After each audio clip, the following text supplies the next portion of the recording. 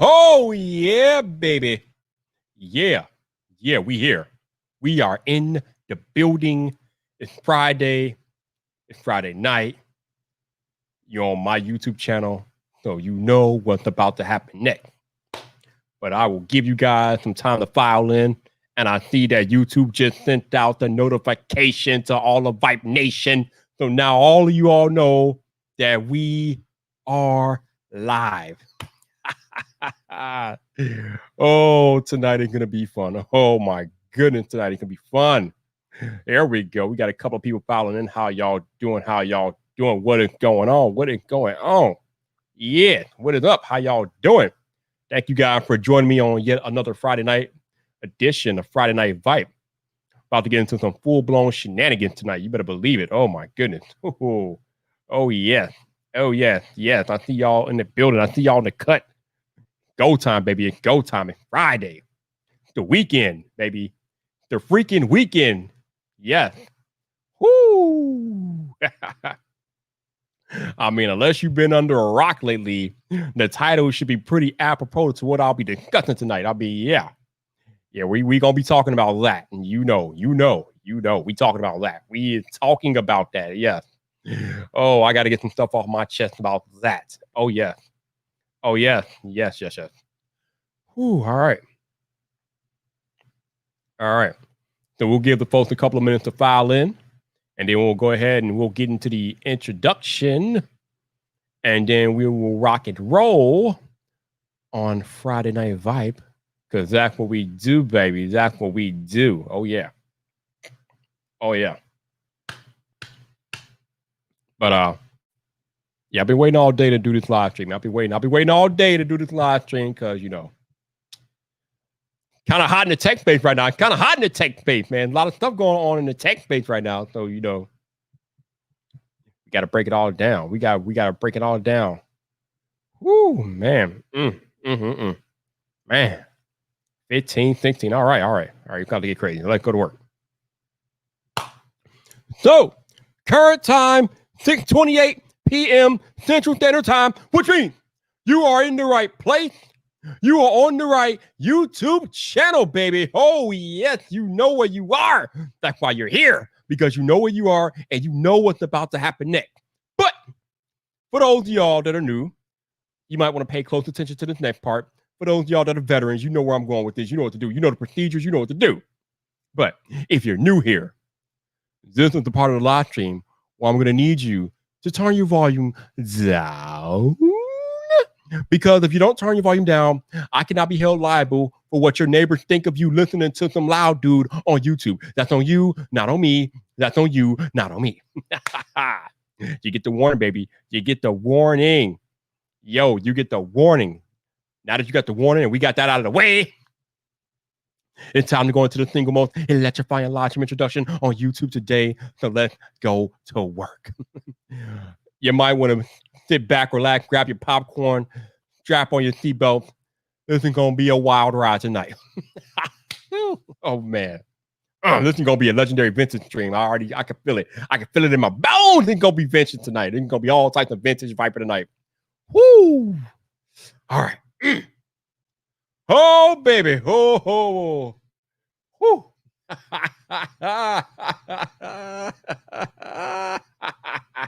Let's go, baby. Let's go. Woo! What's up, people? This your boy Viper, the man about tech, and we are live.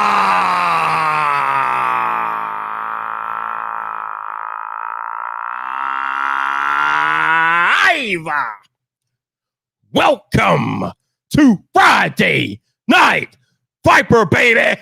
Woo!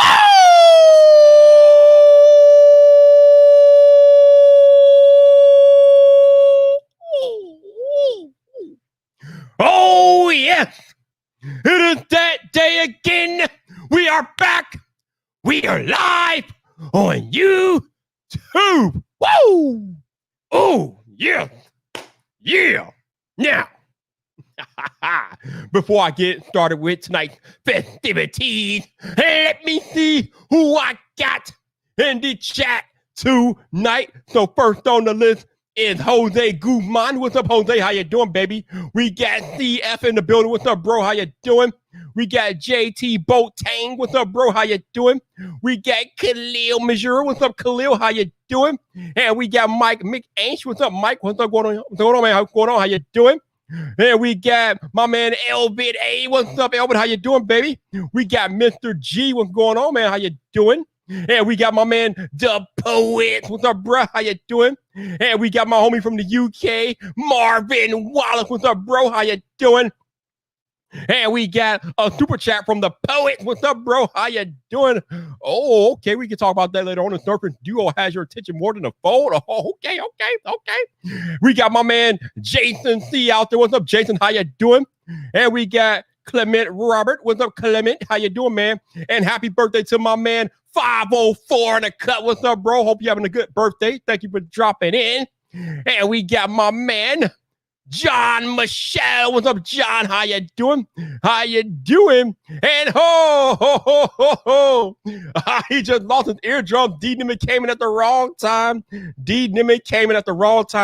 You know what, D Nimmin? Since you're here, I don't know what you're doing this evening, D Nimmin, but if you have a few minutes free for your boy, I can send you a link and we can get into this topic of discussion tonight. I think I got a few more. I got a couple more people that might show up. I don't know, but D Nimmin, if you're free, let me know. Oh, we got Simply Pop. What's up, bro? How you doing? And we got a Deep Chow. What's up, bro? How you doing? And Sneaky Peter's here. What's up, man? How you doing? And we got Raymond Justin. What's up, Raymond? How you doing, man? How you doing, Raymond? How you doing? Oh, yes. Oh, man. Oh, wait. No. We're not done. I just got to wait for StreamYard to do what they need to do. And we got Mr. Tech Rant. What's up, bro? How you doing? I think I called y'all ethnic, but if I didn't, what's up, ethnic? How you doing? Oh, D said send the link via Twitter DM. I will do that. So, actually, give me like 5 minutes, and I'll send you the link. So, for those of y'all that pay attention to the main channel, you know I did a video about this last night, but I got to go a little deeper into this tonight. So unless you're living under a rock and you're not paying attention to the tech space lately, you know that Epic Games, developer of Fortnite, they are launching a war against Apple and Google. Now, this all started when they snuck a update to Fortnite, which they snuck a update into Fortnite, which they used to implement a direct payment solution that circumvents Apple's payment solution, thereby circumventing Apple's 30% cut of commissions from apps in the Apple App Store, et cetera. Now, for those of y'all that are familiar with App Store terms and conditions, this is a blatant violation of those Apple App Store terms and conditions, because all payments have to go through Apple. If you have an app in the iOS App Store, you can't have your own direct payment system. That is against the terms and conditions. So, what did Apple do?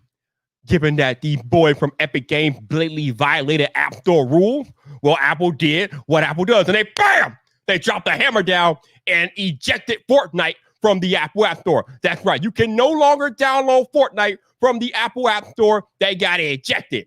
But a funny thing happened on the way to Epic Games waging mutiny in a war.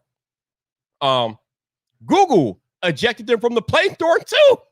So not only did they get ejected from the Apple App Store, they also got ejected from the Google Play Store because they did the same thing in Google, and this same thing violates Google's terms and conditions. So I guess everybody's saying that Epic Games knew what they were doing, because now they expected to get kicked out. They did the move so they explicitly could get kicked out, and now they're suing Apple. And Google, actually, but I'm more concerned with Apple because I'm the captain of Team Apple. But Epic Games is now suing Apple for monopolistic practices and policies of the App Store and things like that.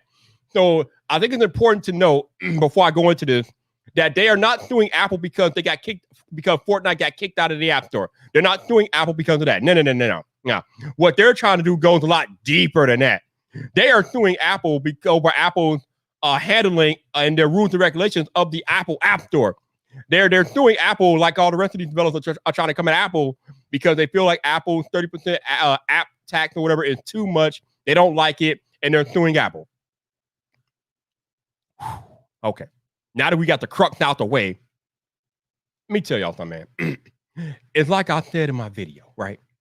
I have explicitly stated over and over again that you cannot come into somebody's house and dictate terms when you are using their platform. These boys from Epic were fined for like what 2 or 3 years that Fortnite has been in existence in the Apple App Store, abiding by Apple's rules, racking up millions of dollars from Apple. You know, yes, Apple will take their cut, but it's not like Epic Games is broke. That's $1 billion company over there, baby. They were making millions probably from being in the Apple App Store. Because you got to remember, you all, most developers, if they want to make money, they are coming to the Apple App Store, because even though Apple has only like, I think 20% of the market share or whatever the case may be, the Apple App Store makes more money than any other app store in existence. So developers know if they want to make the most amount of money, they got to develop for iOS, because that's where the money is. Yes, there's money to be made on the Google side and Android side, but if you want to bank, baby, if you want to make that cheddar, you are developing for Apple and iOS. So Epic Games knew this going in when they signed the terms and the conditions to agree to have that app posted up in the Apple App Store. They knew what they were getting themselves into. They agreed to Apple taking that 30% app cut. They agreed to that. But now, you know, I guess because it's 2020 and it's August and people are getting all types of crazy in 2020, they want to cause a mutiny. They want to start a war. They want to rise up because they're not happy with the 30% that Apple is taking, and they're not happy with the way that Apple is running their yard. Well, it's like I said last night, when it's your yard, you can run your yard how you see fit. Shout out to Fit Blonde Fitness for the super chat. Thank you very much. But when you run the yard and you built the yard to where it is today, you get to run that yard how you see fit. Everybody wants to get on Apple because they take a 30% app cut. Nobody talks about how the App Store came from nothing to the most profitable App Store in history. In what, the 15, 16, 17 years have been in existence? Because I think the App Store came into existence in 2003, if I'm correct. So from 2003 until now, the Apple App Store is the most profitable app store on planet Earth. That did not happen overnight. That took years of Apple curating, deciding what can come in and out of the App Store, regulating it, getting into a place where developers want to come and develop for iOS and Apple and things like that. It took Apple over a decade, almost 2 decades, to make the Apple App Store the most profitable and desirable app store in the universe, in the galaxy.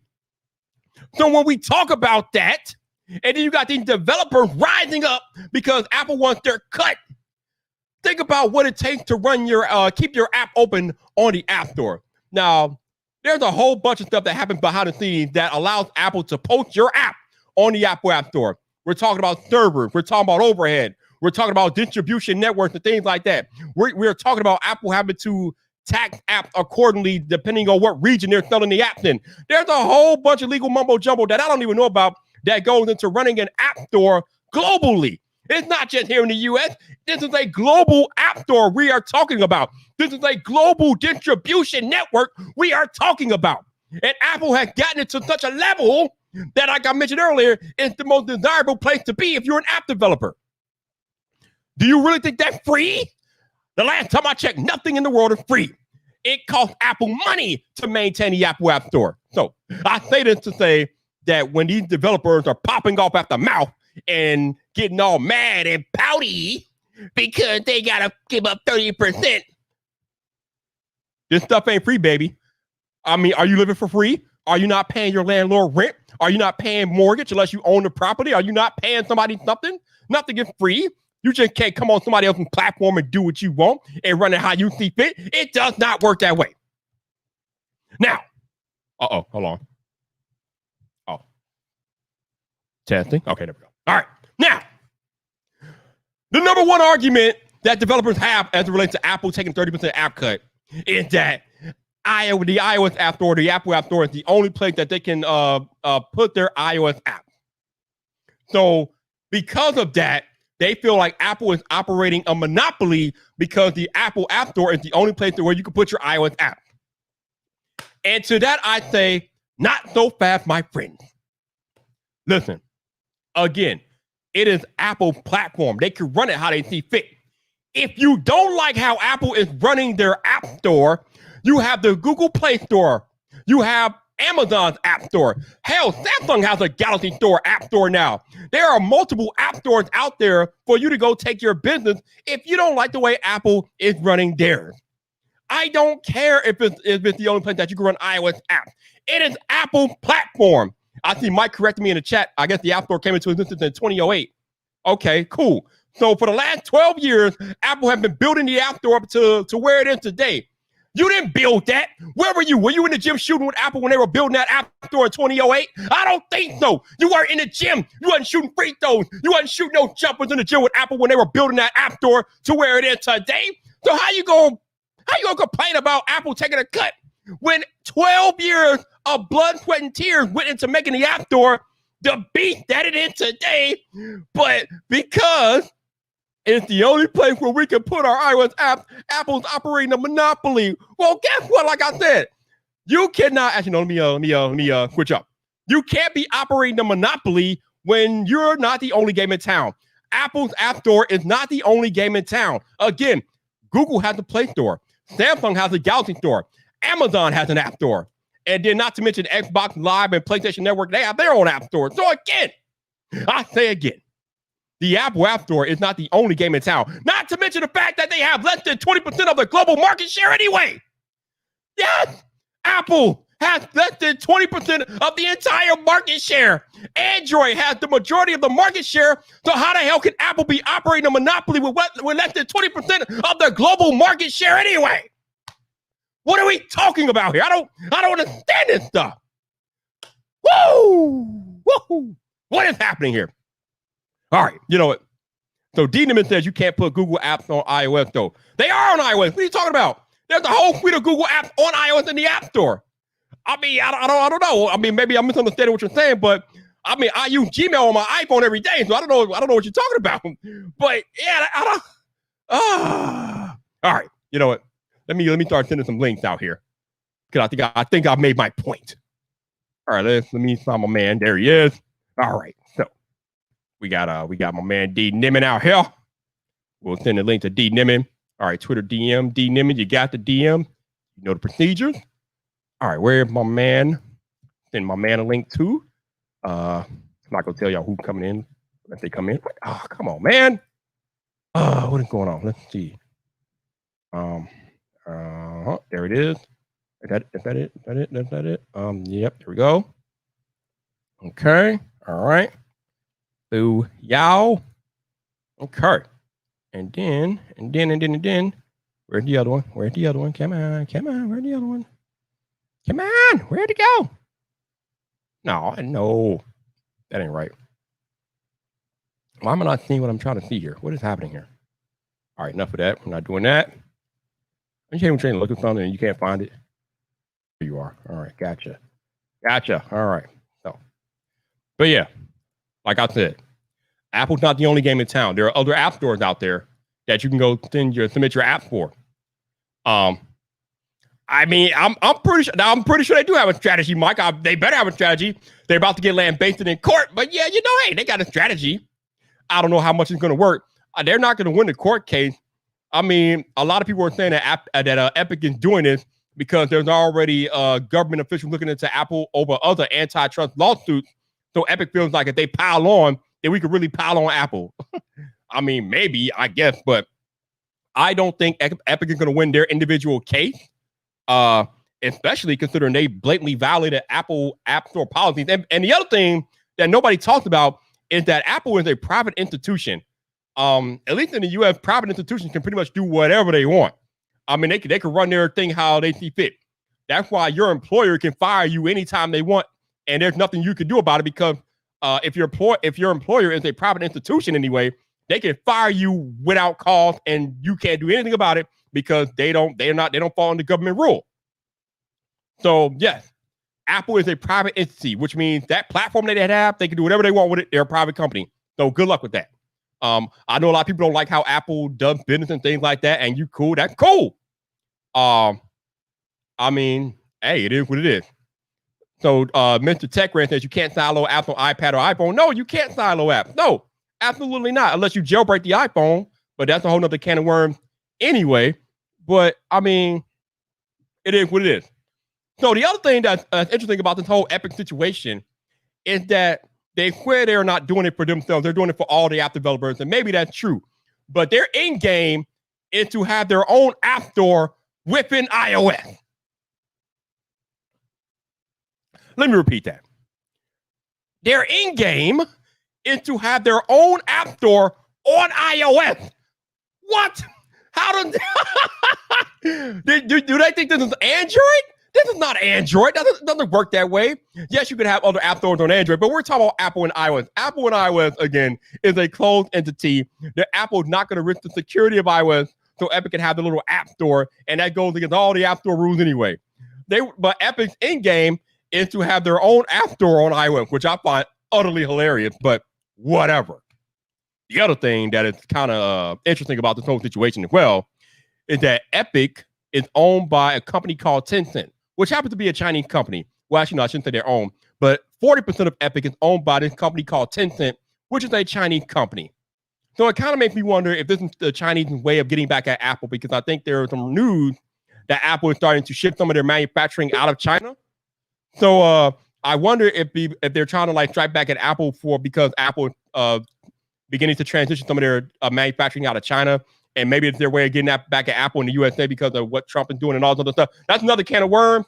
I don't know, but let's bring in somebody who knows a lot more than me about this situation. Let's bring in my man Mac Weinbach. What's up, man? Hey, not much. Hey, man, thank you for joining me tonight. I appreciate you. Yeah, of course. It's gonna be fun. Got some interesting stuff. Oh, it's gonna be fun. So I don't know how much of this philosophy you've been listening to. I think you know where I stand on this. So what are your thoughts on everything that's going on between Apple and Epic and all this crap? Epic better win. But really, the better win. Wow. Yeah. No, I mean, you got to think about it like this. If Apple wins, we're basically stuck at 30% across the board for the indefinite future. 30% revenue share is way too high. I don't care about Epic winning. Epic could get a 50% share with Apple. I don't care about that. That could be the outcome. Fantastic. Epic makes less money. I care about everyone else. Because, man, it would just suck. I know a lot of Android developers hate the 30% revenue share. It's way too much. 15, 20%, fine. 30%, no, way too much. Okay, so let me stop you right there. You said a lot of Android developers hate the 30% app cut that Google takes, because nobody ever talks about the fact that Google does the same thing. So why doesn't Google get more flack about this than Apple? Apple gets all the flack, but Google because being a developer for Google costs less. Apple charges you $100 a year to be able to upload apps. It costs $100 a year. Then they take another 30% on top of that. Google, it's $25 once. You mean like lifetime? Yeah, one time, $25. You can upload an unlimited amount of apps to the Google Play Store. Really? So you only got to pay $25 one time for the life of that app, and you're good to go? Not for the life of the app, the life of your account. Oh, any app. I could pay $25 right now, and then for the next 100 years, someone could use my account to upload as many apps as they want. That's pretty cool. Okay. All right. It costs less to be an Android developer. That makes sense. But like I said earlier, you also make less because, again, most developers, if they want to make money, they're going to Apple and iOS. That's just what it is. But yeah, the other thing that I should probably get across is I know some of y'all could probably be like, you're an Apple shield. You defend Apple, blah, blah, blah, blah, blah. All right, let me stop you right there. In this particular instance, yes, I am going to defend Apple. I've been defending Apple about this for over a year. But do I think that 30% is too much? Probably. I mean, they don't need to be taking 30%. And not only do they take 30% of the App Store commission, they also take a cut of subscription revenue too. But it's a little bit different with subscription revenue. If it's a subscription or if it's an app that has a subscription on the iOS App Store or whatever, they take 30% for the first year, and then each subsequent year after that, they only take 15%. But still, that's 15% off subscription for any app in the iOS App Store every year. So it's a little crazy, but again, I alluded to earlier that there are a bunch of costs that are associated with keeping and maintaining an app store. So yeah, if it's not covered in the cost of the device, Apple's running a bad business.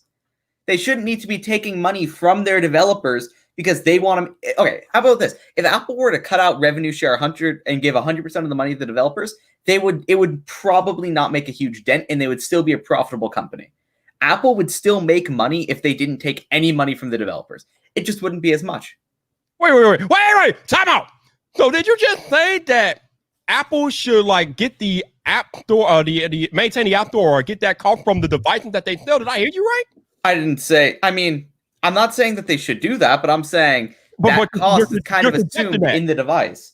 I'm saying they're already going to be making money off selling the devices. They're going to be making more off selling the devices. Why not?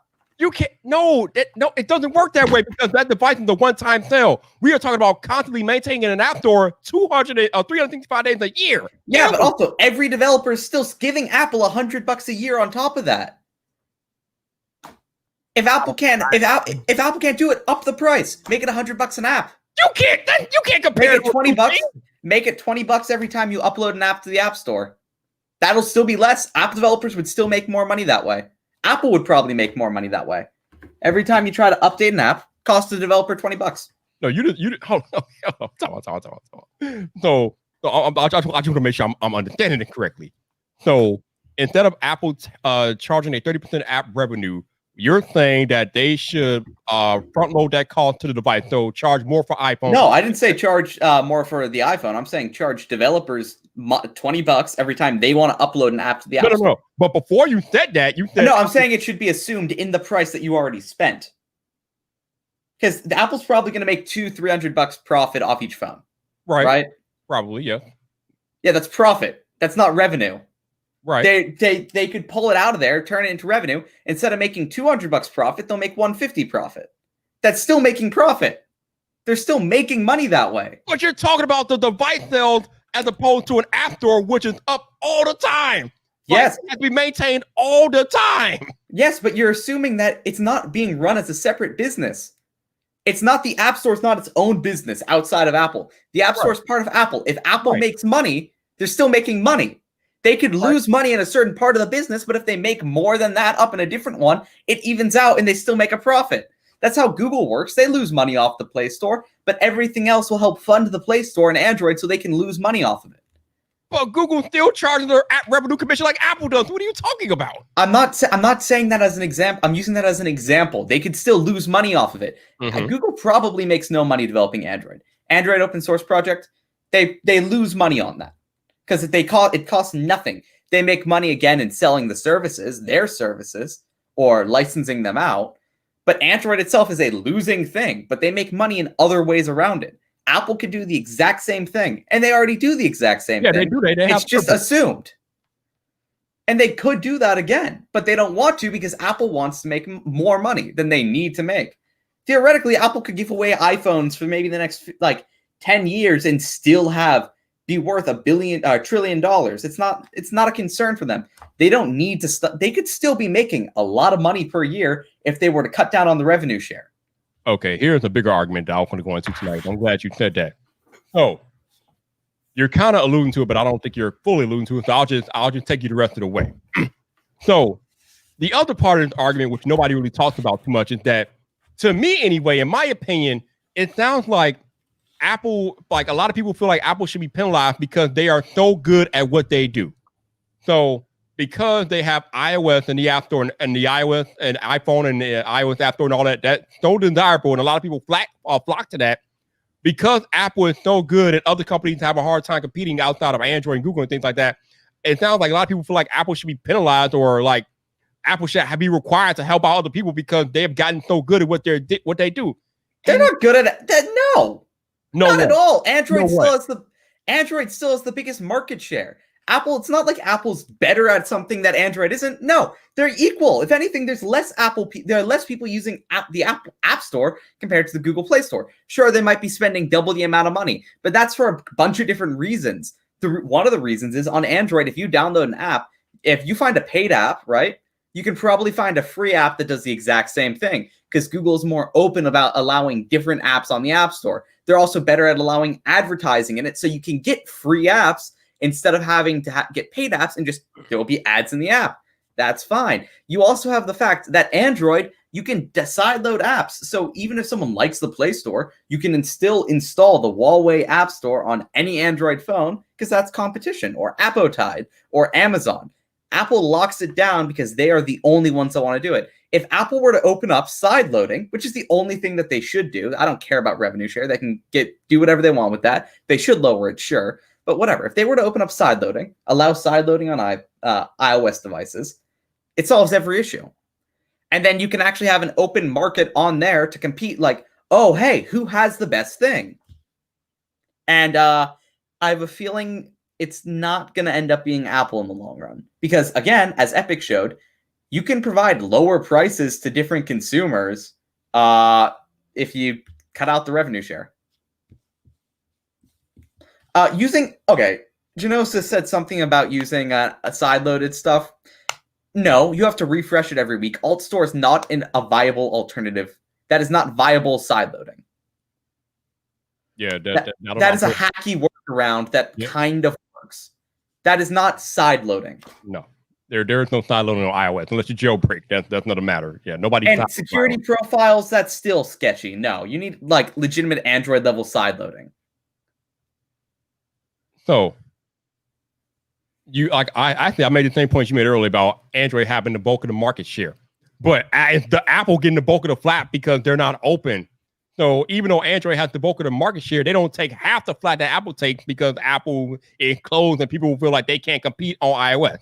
Also, not Android. Google does do some sketchy stuff. Oh yeah, like stopping companies from providing a secondary app store. That's sketchy. That's anti-competitive. That's not antitrust. That's anti-competitive. It's not like a monopoly thing. Yeah, I thought the tweet that you posted earlier or whatever about them stopping Epic from having to deal with OnePlus to have their own app store. Yeah, and LG, OnePlus and LG. Mm-hmm. But Sony allows it. Sony has it pre-installed, which was funny. Mm-hmm. So Joe says, so Viper, what if I couldn't give you a coffee as an alternative to a super chat? I don't think that's the same argument. It would be like Google allowing you to give a coffee or a super chat on the same app. Yeah, as part of YouTube. Yeah, I mean, yeah, that I don't think that's a different argument. A little different. That doesn't work. That's not a different argument.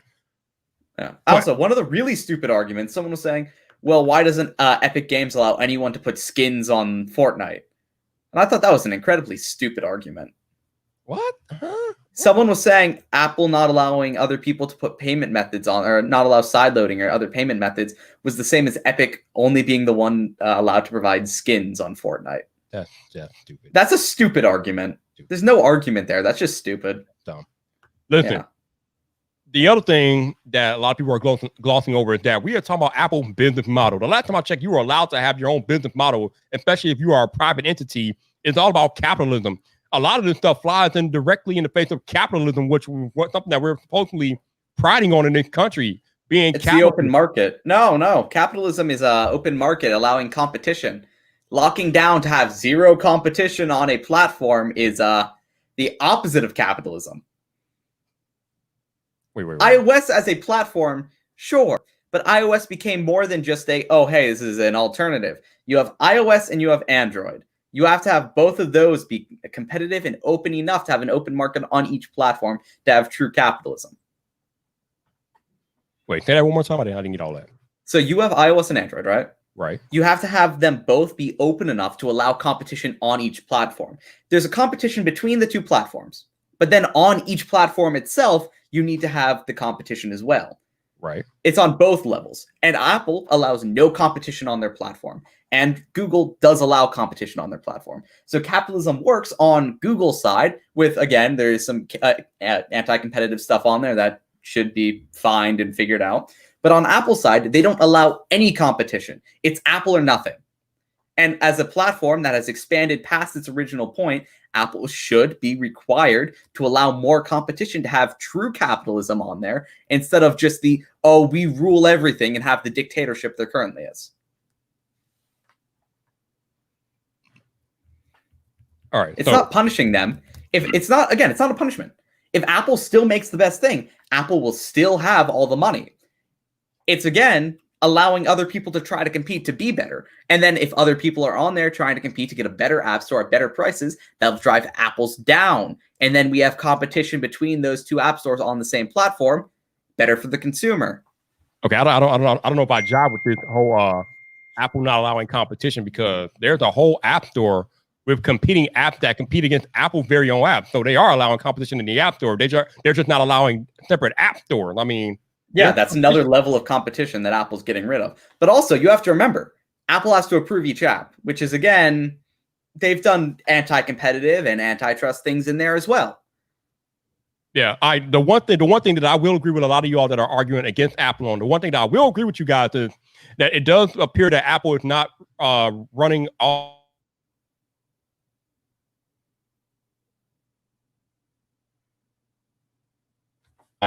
And oh dear, here we go.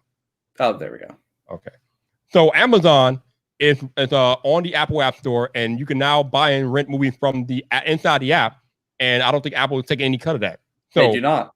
So that is in direct hypocrisy to what they enforce across all the other apps, because obviously all the other apps have to pay that app revenue, but Amazon does not. So that is a problem. That I will agree with you guys. That whole like treating different app developers differently and not having them all abide by the same rules, that is a problem. That is inconsistency in the way that you're running your platform, and that you can definitely complain about, because that is not a good look. But this whole Apple is not like allowing competition and stuff, and people should be allowed to come on Apple's platform and do what they want. I'm not with that. I'm not down. I ain't with that. I think allowing more than one payment method is fine, because as Epic showed, if Apple isn't taking the cut, you can provide lower prices. Yeah, and that's better for people. Because they're better for people and bad for Apple, because Apple didn't make. And then Apple can lower their revenue share to make it better for the people. That is capitalism. That is what we're getting at. So, if it's bad for Apple, it means Apple's going to be losing money off of it, which means they should lower it to get people to use their stuff again so they can make the money again. So what you're saying is that if Epic could get away with not paying Apple any app commission or whatever, are you saying that could force Apple to drive down their required app commission? Is that what you're saying, or are you saying something else? Yes, no, that is exactly what I'm saying. If Apple drives it down to, let's say, 10%, 15%, right? Epic can bring down their prices to match the Apple one. And when someone tries to go buy something, you have a choice of Apple or Epic. It'll be the same price. Apple will get commission out of one. They won't get it out of the other. And then Apple would be making money they otherwise wouldn't make. Yeah, but then you're hurting Apple, who runs the platform that Epic is so rightly using to distribute their application to the masses too. Okay, you're hurting Apple, but otherwise you're hurting Epic. One company gets hurt either way. Okay. I don't know how you're hurting Epic, and Epic is a $1 billion company, and they made a lot of Apple's a $1 trillion company. Yes, but Epic have been able to build up their company off the back of Apple's App Store too, though. So how can Apple just be like sat there to attempt to like get nothing when they are helping Epic get money? They should lower their prices so more people can. Okay, I'm not arguing that. They should lower the revenue commission. But what I'm arguing is that you're saying that Apple shouldn't be allowed to make any money. I didn't say they shouldn't be able to make any money. I say it should be up to the person to choose who they use to buy stuff. Right, but what you're saying is that, you know, there should be an option where Apple doesn't make any App Store commission. I'm not saying they shouldn't make any App Store commission. I'm saying Apple should provide competitive prices against everyone else so someone can choose what they want based off what is the most competitive. Okay. This is another argument that I saw a little something about earlier. The 30% that Apple takes from app developers is actually standard across this whole entire industry. And that is way too high, and it should be lower across the industry. Okay. So I'm not gonna argue with it. It might be too high, but Apple is not doing anything that other people aren't doing. Google is doing it. Actually, Epic isn't doing it. It's 12%. Well, they're Epic, but most other big app stores are taking. Oh, Samsung doesn't either. Well, Samsung does, but you can negotiate with them, and they'll bring it down basically across the board. But again, actually, Samsung doesn't. Samsung lets you use any payment method. You don't need to use Samsung Pay. The only time Samsung will take a revenue share in there is if you charge for the app. In-app purchases, you can do anything you want in the Samsung App Store. The initial app purchase is, again, 70-30, but you can negotiate that down.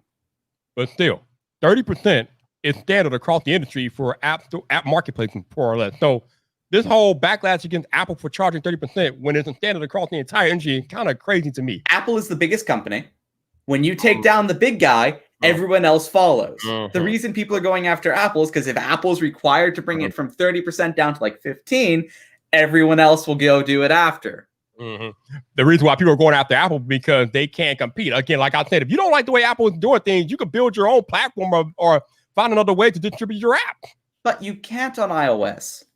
Well, you have to go off iOS then. Do you make your own platform? You can't. And people did. So but again, that doesn't solve the issue.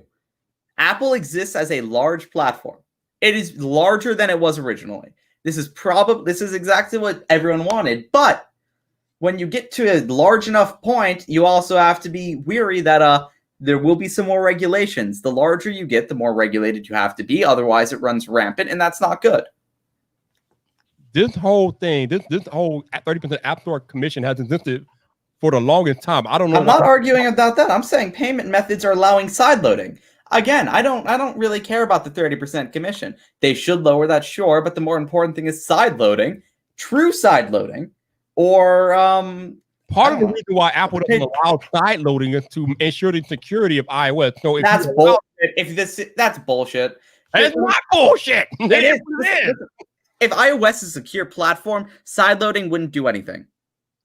And they claim it's secure. It probably won't. Actually, you know what? It's funny that you say that because actually Epic had their own like kind of app store on Android before because they wouldn't even allow like Fortnite into the Google Play Store originally. Oh, that was the same revenue share thing. It was the same revenue share issue. Epic was refusing to go onto the Play Store because Epic didn't want to pay the Google the 30%. Right. But then they had their own little way for people to access the app. They still do. It's been around for the entire time. They found out the hard way that nobody was going there. So then they had to capitulate to Google. But you know what? Let's bring in somebody else to this fight. Let's bring in my man, Renee. Rich, Renee, you should have stayed away. Stayed away. It's going to be fun. This is going to be fun. Hi, Renee. Hey, what's up, man? How you doing, Max? Hey, I'm doing well. How are you? Good. Renee. Yes. Renee, you know where I stand. I kind of know where you stand, but I don't think you've actually done a video about this yet. So where do you stand on all this, Renee? I'm still formulating my opinion. I have so many feelings on both sides of this, and I don't think there's a simple or easy answer. So I'm working on something that will hopefully address the pros and cons of every of the different approaches. Okay, tell us what you got so far. What do you got so far? I mean, it's a tough question because on one hand, there are definitely issues with the way the current App Store models were created. They're 10 years old. They're outdated. The market now is very different than it was when they were first created. And there are real issues that face real developers, and those real developers are not Epic or DHH. They are by no means normal developers, indie developers, the kind of developers. I think the biggest issue is that what is happening to apps and games is what happened to, like, Max and I are old school bloggers. We saw this happen. News used to be expensive. Now it is, nobody will pay you for news anymore, as Apple is finding out. Music, you used to have to buy CDs for like $20. They said, oh no, CDs will be as cheap as cassettes. They never were. They jacked up the price. And then iTunes came along and made them $1, and then Spotify came along and made all music essentially $10. And Netflix did that with movies and TVs. You used to have to pay $20 for a DVD or whatever, or go to a movie theater. And people have learned that they don't want to pay for digital goods. And then the same thing is happening to apps and to games. And there've already been subscription services that have been tried for that. And there's streaming. We got in a whole brouhaha last week about streaming game services. What is it, like 1,000 games for $15 a month?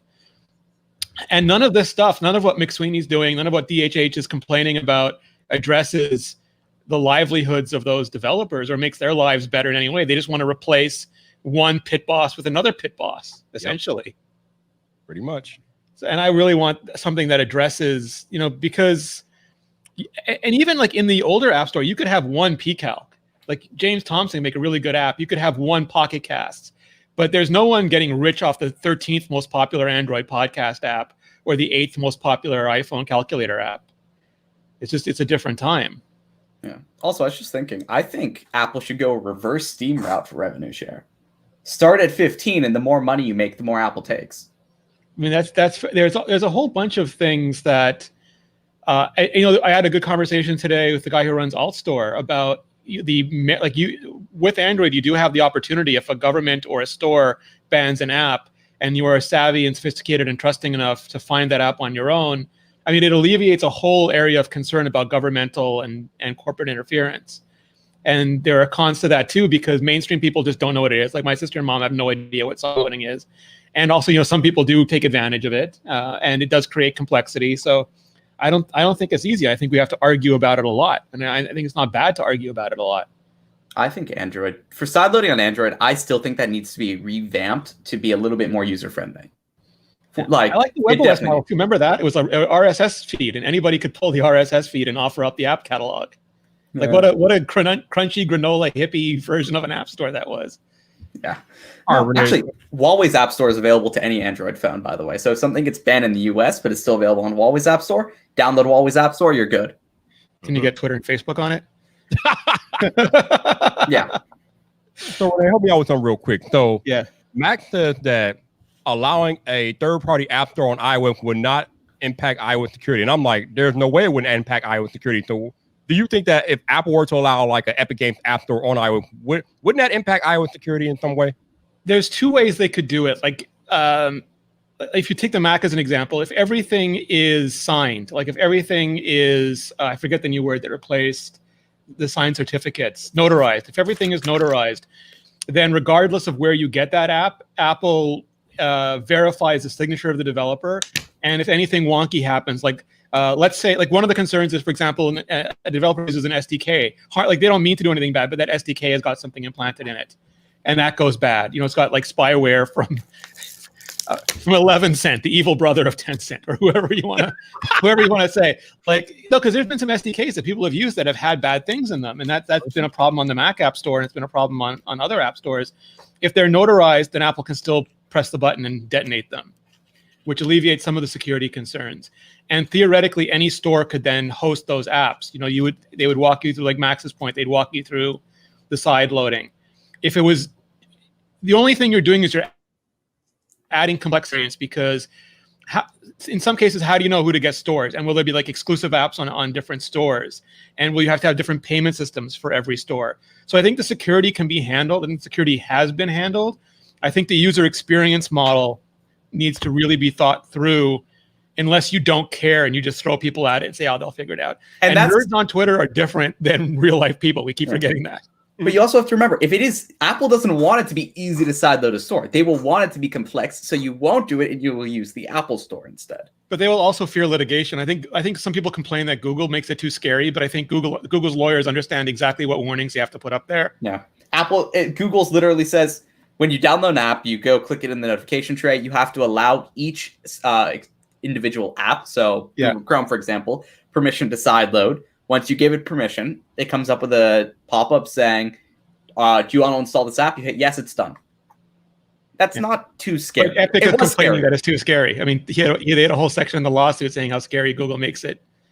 You know what it is, right? Even if Apple were to allow a third-party iOS app store, and like Renee said, they had the ability to nuke an SDK if they found it to be malware-ish or something like that, then developers would complain about that too. Oh, actually, Android has an alternative to that right now. It's called Google Play Protect. As long as Google Play services are installed, if you install an app with malware, Google's like, hey, this is malware. Any Android device with that app will get it automatically uninstalled for you. Now, does that work for apps outside the Play Store, though? Yes. It has like 300 million apps on it. Yeah, macOS has that too. I forget the name now, but it filters everything through. And it does it when you install. It doesn't when you install the app, right? Yeah.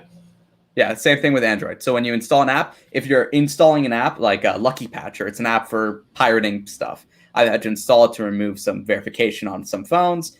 When you install it, Google says, hey, this app is known malware. Are you sure you want to install it? And then you have to hit install anyway or delete. And then once you install it, you get a pop-up saying you have malware installed on your phone. Do you want to delete it? And on macOS, it stays in quarantine until you do an active user action, so that nothing in quarantine can escape on its own. Yeah, and that's basically what Android does. So Google has one on there. And yeah, sure, you can fool it. Someone said you could fool it with a crafty coder. Yes and no. Play Protect does actually every time. So if you install a brand new app, Play Protect will pull the app off your phone, scan it for malware, and then at a system level, then anyone else with that new app would get a notification if it finds malware. So it's also taking apps from any user device. Yeah, but again, the argument. So I keep going back and forth on this because still a lot of people don't know that you can do it, and that's a huge discoverability problem for developers. And it adds complexity, because not everyone is Max, not everyone is Viper, not everyone is Renee. Right.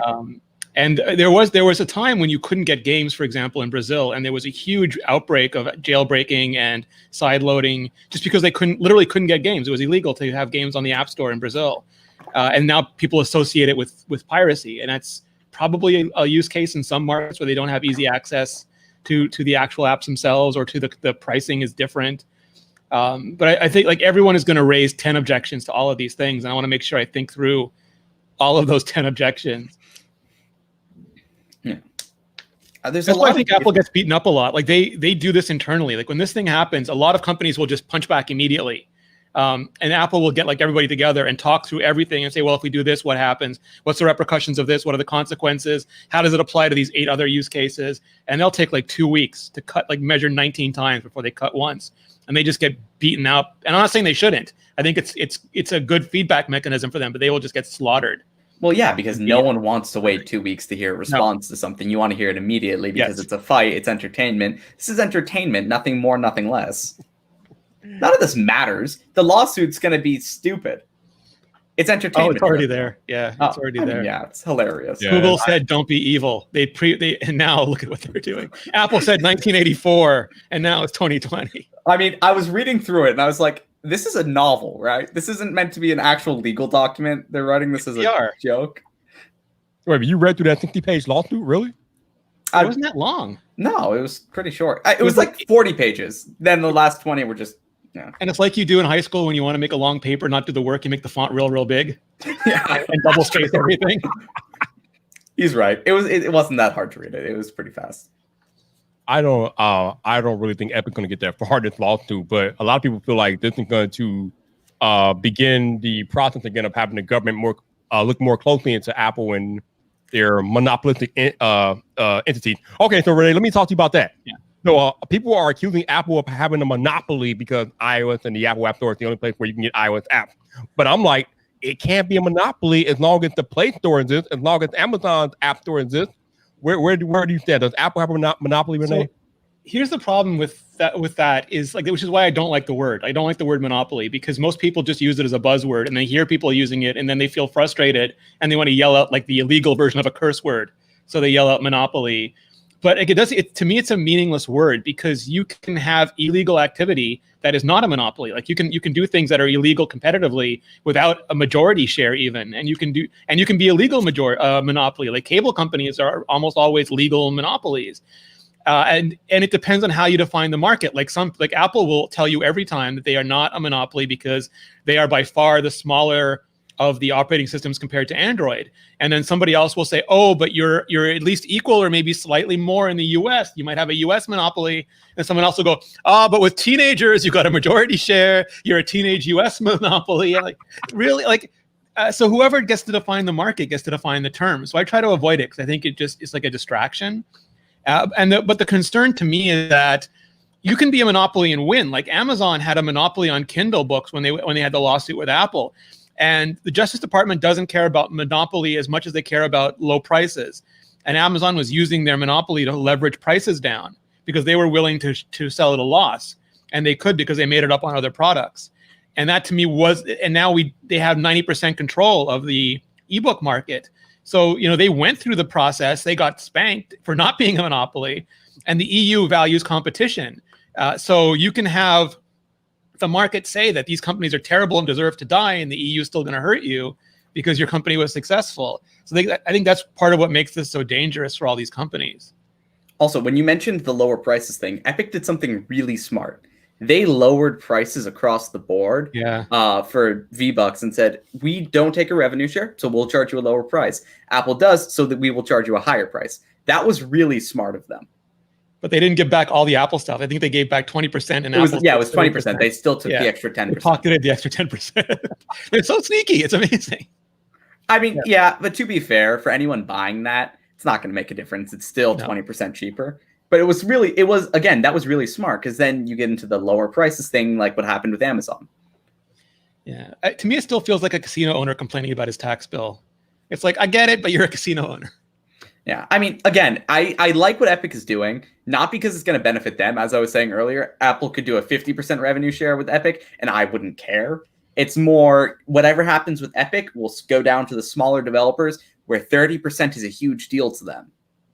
See, I don't know. So I have two thoughts about this too. I think Epic is entered entirely for Epic, and I think people hitching their wagon to Epic, hoping that they'll be dragged along with them, could find themselves just left out in the cold. Because I think they will strike any deal that is advantageous to them. Like if they get an Amazon sweetheart deal, it might just end with them.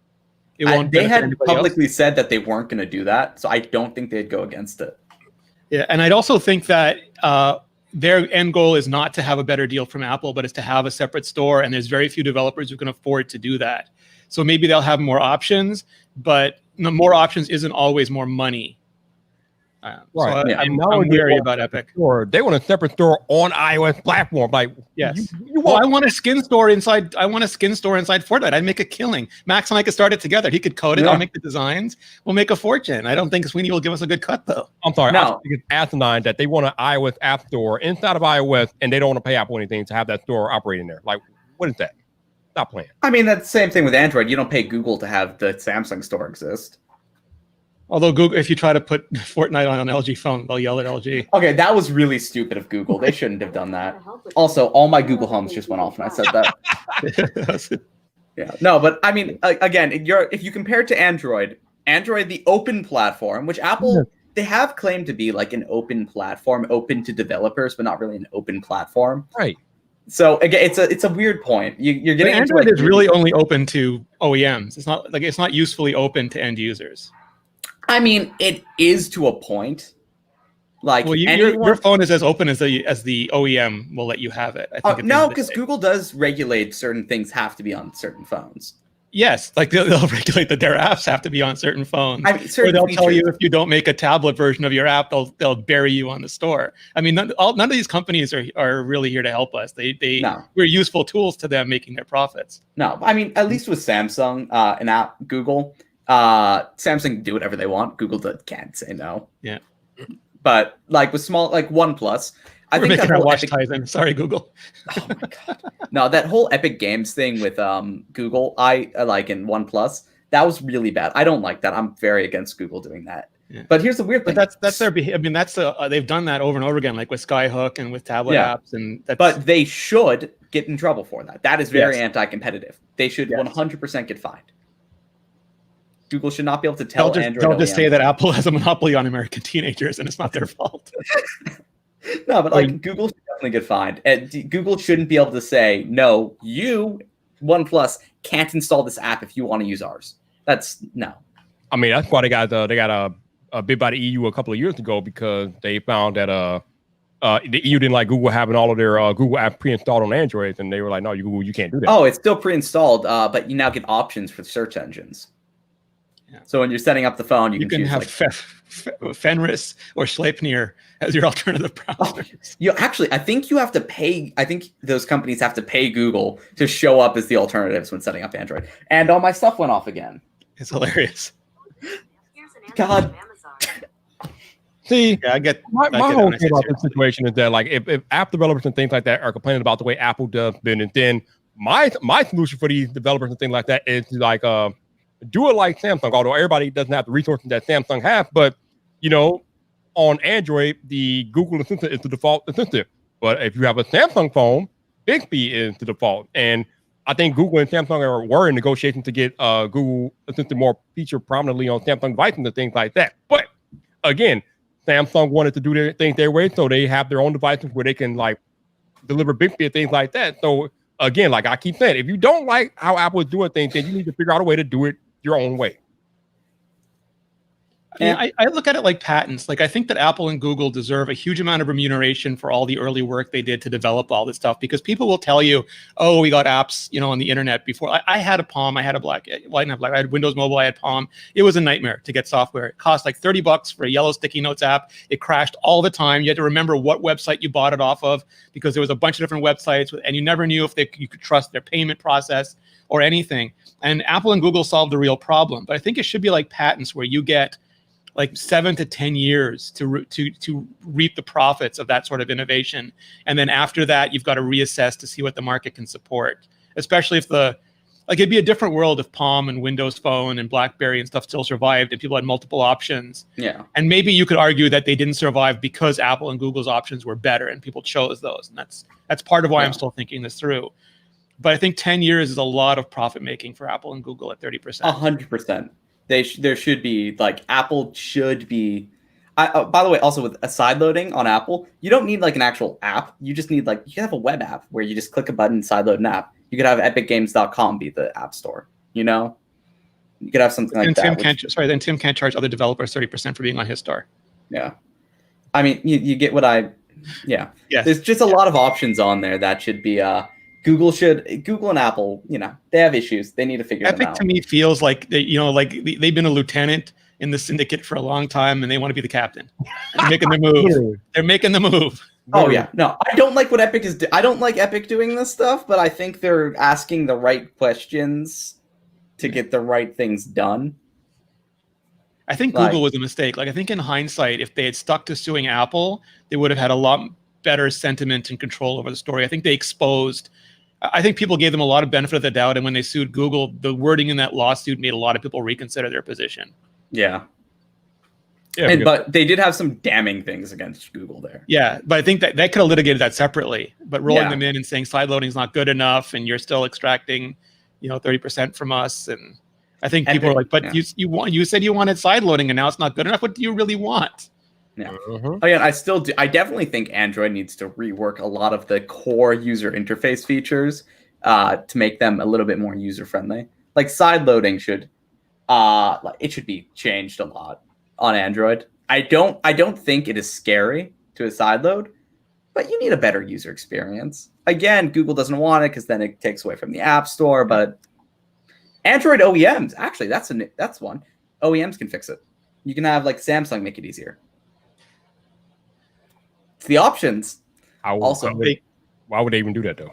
HTC could buy the Incredible Tribe and then Google, the Astonishing Tribe, and then Google could buy HTC, and then they could fix it. No, sorry, BlackBerry could buy the Astonishing Tribe, and then never mind. This just goes on way too far. No, I mean, yeah, but we're getting into weird. I like all the stuff that's happening. I think what's happening is good, but the wrong people are doing it.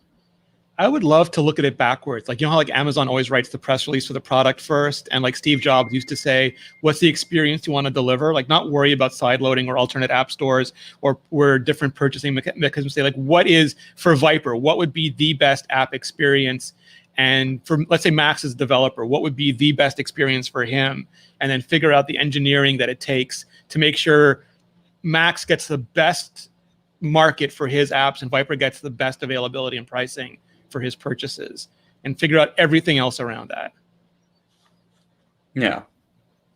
And that generally equates to competition on that. We have a choice where you buy stuff. By the way, Epic is not it's a trying to be a monopoly on the Epic Games Store on PC as well. They're doing all like the huge exclusives with you have to use us for a year at 12% or whatnot. They're terrible the too. Engine. Yeah.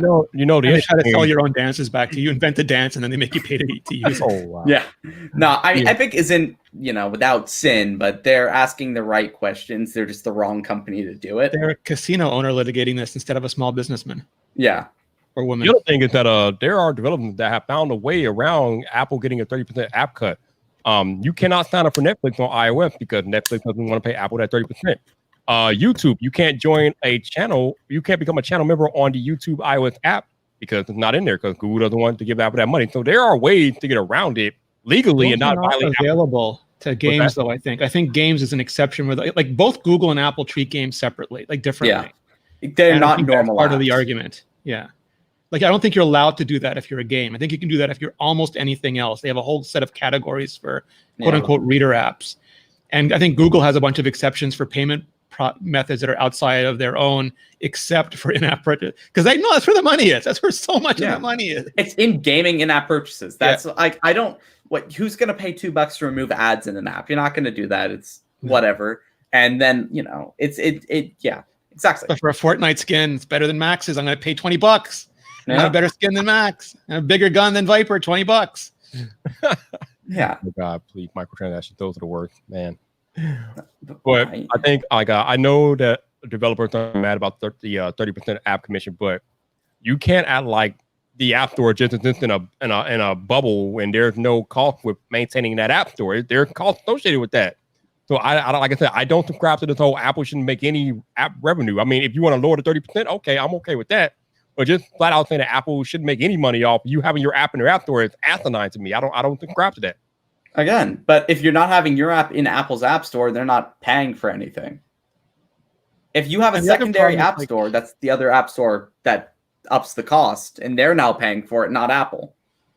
And another reason why I think you've got to readjust the model is that back then it was very different in terms of free apps, because free apps had to be free. They had no way of monetizing if they were free. This is before in-app purchases and before subscriptions.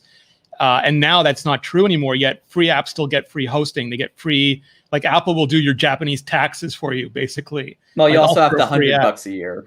Yeah, we have the $100 a year, but I don't, that probably doesn't cover all the services you're getting. Not at all. I was saying you could do I said 20, maybe like $5 every time you upload an app update. That's not too much money. I think most people could probably handle that, and it would probably end up covering most of it. My only point was that the apps who do pay that percentage are basically covering the apps that don't right now. Yeah. Which is why I think the model needs to be rethought. Again, free apps, maybe $5 an update. If that, depending on like how you monetize the app itself, maybe have free apps be free. By the way, free apps on Android, Google has to lose money on that because Google charges $25 once for the entirety of your Google account on the Play Store. It's really cheap to have apps on the Play Store. Mm-hmm. But also, Genosis says, upkeep costs of Play Store and App Store, they're not going to announce those. They might in the lawsuits as a way to try to explain it. But I'm still willing to bet Google and Apple make profit off of that. So it wouldn't really matter. If they didn't make profit off of that, they'd probably up the revenue share to like 35%. Yeah, everyone has their own perspective. Like, sorry, go ahead.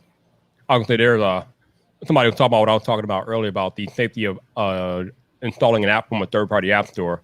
We talked about that a little bit earlier with Renee about how Apple could make it to where if the app is found to be unruly or contain malware, Apple can nuke it from their end. I guess there's a way to deal with that. You can also just make it more secure on a system level where a lot of this it can't use the microphone in the background. It can't do that. That's not going to be a concern at a system level. Sure, it could have malware and exploits to do it, but if you have it done in the right way, that shouldn't be a concern. And the permissions to exfiltrate, because people were wondering again, like they would just make a version of TikTok that just exfiltrated all your data immediately, but you have to still get around all the system requesters. Yeah. So there are a lot of things already in iOS and Android for security for third-party app stores, and on Android they do to exist and work fine. On Android, Amazon had an app store for a while, right? And they were doing subscriptions, they still do. A whole bunch of stuff in it. Yeah, they still do. It's Amazon Underground. Yeah. It's on all the Kindles and whatnot. So what about it, Renee? Do you think there should be like third-party app stores on iOS? Yeah, again, like I don't have a hard opinion on this yet because I feel like I think one of the issues we face is like everyone has a hot take immediately on Twitter, and it's always from their own perspective.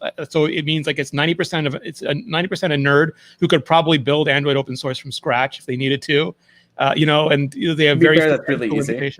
Yeah.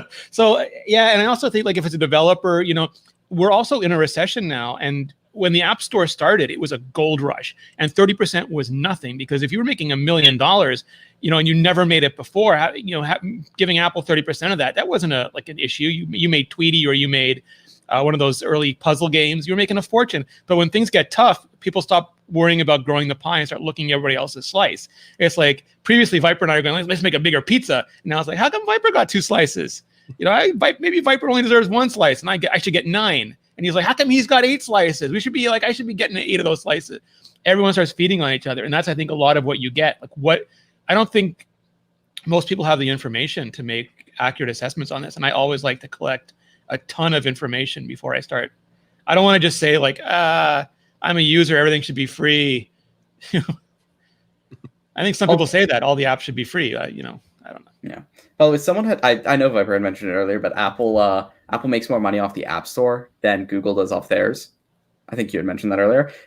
The reason why I think that is on Apple's App Store, the paid apps are good, like really good. If you buy a paid app, it's probably going to be really good. And there aren't many free alternatives to paid apps. On Android, if there's a paid app, there are 20 free versions of it that are just as good, if not better.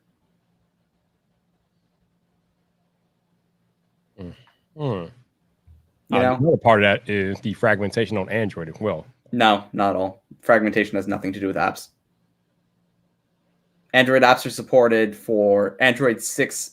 Basically, every app. Are you sure about that? Because yes, I've had situations where I've gotten like newer devices, and apps that I use on my older device were not supported on the newer device. That's a thing. I've never seen that happen. Oh, I have. Ever. I have. Oh, yeah. Wait, you said older versions of apps aren't supported on newer devices? Yes, I would buy a new Samsung device, and an app that I used on my previous Samsung device would not be supported for the new device yet.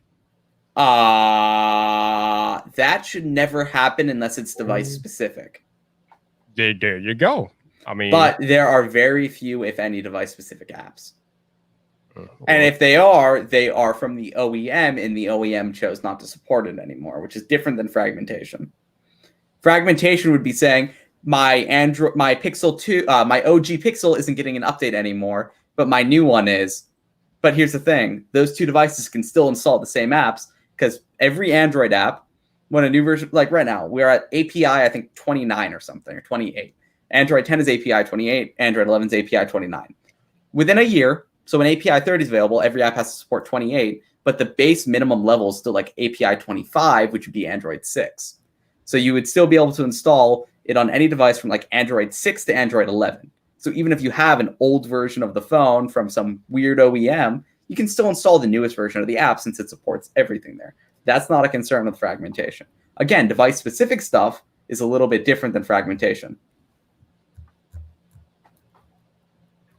But that's not a problem you will ever have on an iPhone, ever. Because they don't allow that to be a problem. Except for, was it React Native? Oh, yeah. That's the day I die. Also, but you did actually have that issue with 32-bit. On the Mac, yeah. Yeah. On and iOS. For it. Yeah. The advantages of a managed system is that it's managed. Yeah. And Android, it's unmanaged, but in most cases good. But also, Android's just weird all around. I still think it has, I think Android has the best future for like openness. And I will always. I'm also not sure that we shouldn't have options, like everything from completely open, like crunchy granola hippie, like the way Palm OS used to be, to completely managed the way the Switch is, and then people can just pick the one that they find most comfortable. Like, I know nothing about technology. Yeah. A normal computer scares me. I just want a phone that lets me open Facebook, God help them, and talk to their friends and family. There is a phone that is that's just a little brick, and they don't even care what an open computer is, let alone want to deal with it. And then if you want to hack the code, you can buy a phone that's completely open, and you can the Pine phone, the one that looks like Linux. Yeah, a patent unencumbered phone. It's weird. And I know a lot of people like to say iPhones are easy to use. If you go into it and compare like user experience one-to-one and how you interact with the phone to do each thing, I think it takes less steps to do the same action on Android than iOS. But again, Android used to be a terrible operating system from user experience. Android 4 to Android 6 was terrible. I would not wish using that upon my worst enemy. After like Android 7 got better, Android 8 got better, Android 9 became good, Android 10 is really good. So that like ease of use thing, I don't think that's an issue anymore. That's just people being stupid. I still have to go back to my experience with the Pixel when I'm like, I want to test out portrait mode. It's amazing. Where's the portrait mode? They fixed this, of course. Where's the portrait mode? Oh, it's in the menu. I have to go to the menu. Oh, it doesn't look like it's portrait. Why don't I see the port? So I mean, like, yeah, they all have work to do. I think every version should be better than the last version. And in general, it is. Android 11. I really like Android 11. They've done some really nice things.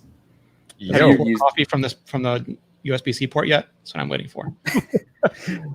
Shout out to Greg for the super chat. He said, I don't want 10 different stores for my games and apps on iOS. That's how it is on Windows, and it's a horrible user experience. There's still competition on Windows. It might be a horrible user experience, but you have the choice of choosing where you want to download stuff from for the lowest price. It might be a terrible user experience, but you're still getting lowest prices for the consumer. I mean, it's one thing for there not to be competing app stores on iOS. That's one thing. But to say that there's like Apple completely stifling competition, there are a variety of different apps for different things on the iOS App Store. You got Microsoft Office on the Apple App Store when Apple have pages and numbers and things like that. So to say that Apple doesn't allow competition, it's a little crazy. It's different levels. They're allowing it at a different level. They're allowing competition against their services, not against their platforms. Okay, but it's how much competition. It's how much competition should Apple allow? I mean, like, it's not a unique thing, and I think that's why I originally thought Congress was really dumb for bringing all four CEOs up at once, because each of the cases against them, on the surface, looked so different. Oh, so that was a really stupid hearing. Yeah, no, it was bungling buffoonery, but they managed to weave a thread where their core beef, even though this is not what they said their problem was, like they were completely, I forget what the verbal version of illiterate is, but they managed to show that their main beef with all these companies is how they treat partners, namely developers or people who sell on their platforms, and how they treat competitors. And every one of them had, like, Amazon with textbooks and Apple with some of these apps and Google with, like, threatening Yelp with delisting and Facebook with everybody. I mean, Facebook was always with everybody. Yeah. But then also, how they, like, if you don't sell to us, we'll just copy you. If you don't sell to us, we'll just delist. Like, that was an interesting through thread, and I think that's what those companies should worry about. And there's probably things that the companies could do that wouldn't hurt them too badly, but would save them from the incredibly blunt mallet that is the EU or the DOJ, who have no idea what they're doing and just want to get a moment on television saying they broke up Google and made Apple get rid of the App Store and sold Mark Zuckerberg to Pluto or whatever planet. Like, they really have no idea what they're doing, and they're going to legislate it. You might as well de-weaponize them as much as you can. Give Zuck back to the lizards. No. He's Lieutenant Commander Data. He just hasn't beamed back up yet. Exactly. But they could do that. I'm worried about that. Like, I don't think they have the knowledge of or the understanding of the business or the technology. No. And their remedies are going to be the remedies they used 30 years ago on AT&T or on train, on the train barons. And it's not going to be good for anybody. And I say that as somebody who thinks, like, a lot of the Microsoft stuff was insanely stupid. Really stupid. Like browser ballots and things like that. Yeah. I think my concern is, like, they're going to split up Google into parts where they're going to take away. So Google's main money comes from ads. I feel like they're going to stupidly try to remove ads from the rest of Google. Then the rest of Google is going to fail because their main funding source is gone. Like undo DoubleClick. That's what they want to do. They want to undo Instagram, undo WhatsApp, undo DoubleClick. It's fun. It's like I said, I would try to, and some people think it's going to go away. Like, they're going to forget. They'll have something else come up. But that doesn't always happen. And, like, the whole hearing was completely about something different. And then the guy gavels and goes, break them up. And, like, but nobody taled about that for the entire 5 hours. It was a tech support panel. Yeah, yes. And, it like, was really funny. Jeff Bezos was caught on mute, and there's conspiracy theories. They asked Zuckerberg about Twitter. Yeah. Why did you ban this? I'm sorry, I run Facebook, not Twitter. But that's why I worry that they're going to force Facebook to sell Twitter. Honestly, if they really want to have, like, a good panel, get some of the people from The Verge to do it. Oh God, Neely and Dieter can decide the future of all these companies. Okay, that wouldn't be great, but you need, like, a bunch of different people from tech media basically to get together and be like, Warren do it. No, but you need, like, someone that is pretty neutral to be like, hey, and think about it logically instead of super emotionally, like I know a lot of people do. Like, how can we create competition again without destroying the companies that already exist? And a lot of times it worked. Like, I mean, we had Yahoo, or we had Alta Vista and all those companies, and we got Yahoo, and then we got Google, then we got Facebook, and now we have TikTok. And I wish the U.S. government, I know governments are non-functional globally right now, but if they legislated behavior, like instead of banning TikTok or banning WeChat, just ban certain anti-consumer behaviors broadly. Yeah. And then, so Facebook, if you're worried about data collection, don't let Facebook or TikTok collect data like of a certain kind. Just fix those things as an industries, not as individual companies. Exactly. And a lot of the issues with those companies can be fixed by just doing something industry-wide. Yes. Basically, every issue can be fixed by doing it industry-wide. Google data tracking, that'll cover Google, Facebook, TikTok, yep. Microsoft to some extent. That was my opinion. I think that if you steal data, you should be like criminally liable the same way as if you steal someone's potatoes or their TV set. Well, to be fair, it's not really stealing data. I mean, you're willingly giving it to them by like agreeing to the terms. That's fine. Like, and I also don't think bugs or anything like that should be covered. But if there's a paper trail of you saying, and there have been for Facebook and stuff like that, if there's a paper trail of you deliberately taking like, oh, we turned off location. Oh, but you didn't turn it off in these 17 places. And there's a paper trail of email saying, yeah, and it's a paper trail, or like the stuff with the Skyhook stuff and the Wi-Fi gobbling stuff. Like if you can find a paper trail, just try it as a criminal case, and I think that'll clean it up immediately. Yeah, no, I agree with that. Zuckerberg had yard time. I think that would clean it up immediately. Exactly. No, but I agree with that. But if you agree to it as part of the terms and conditions, that's on a user side, yes. Agreeing to a sketchy company, and that's what happens with Facebook in a lot of cases. Yeah. But at the same, and Google as well. But Google has done the things where you might shut off location, but Google Maps is still tracking you because you're using that. So, And then there's always 18 more places. Oh, you got to turn it off here. Oh, we forgot. You also turn it off here. Oh, by the way, you got to go to this website, which isn't linked anywhere on the internet, and turn this off too. Exactly. No, I think we mostly agree on the same thing here, Renee. Yeah, totally. And as a matter with the company, again, if it's a mistake, like I think all the stuff with the virtual assistants, those were, like, I don't think that was data theft. I think that was they were doing their machine learned training, and they never stopped to think about how it would look externally, and they were all doing it and just fix that stuff and move on. Google now no longer. I don't think Google. I think Google did a thing a couple days ago where they no longer save your recordings. Yeah, and I think Amazon is doing that way too. And Apple does it now, where you have to opt in to have them do it. Yeah. Yeah. So that's good. At least we're getting somewhere. Yeah, absolutely. Secure. I don't know if like security. I don't know if competition or privacy are the main things we should be focusing on as like tech people at the moment. Getting the mail. That's top of my list. It's just people need their insulin. They need their insulin. They need their checks. They need to be able to pay their bills.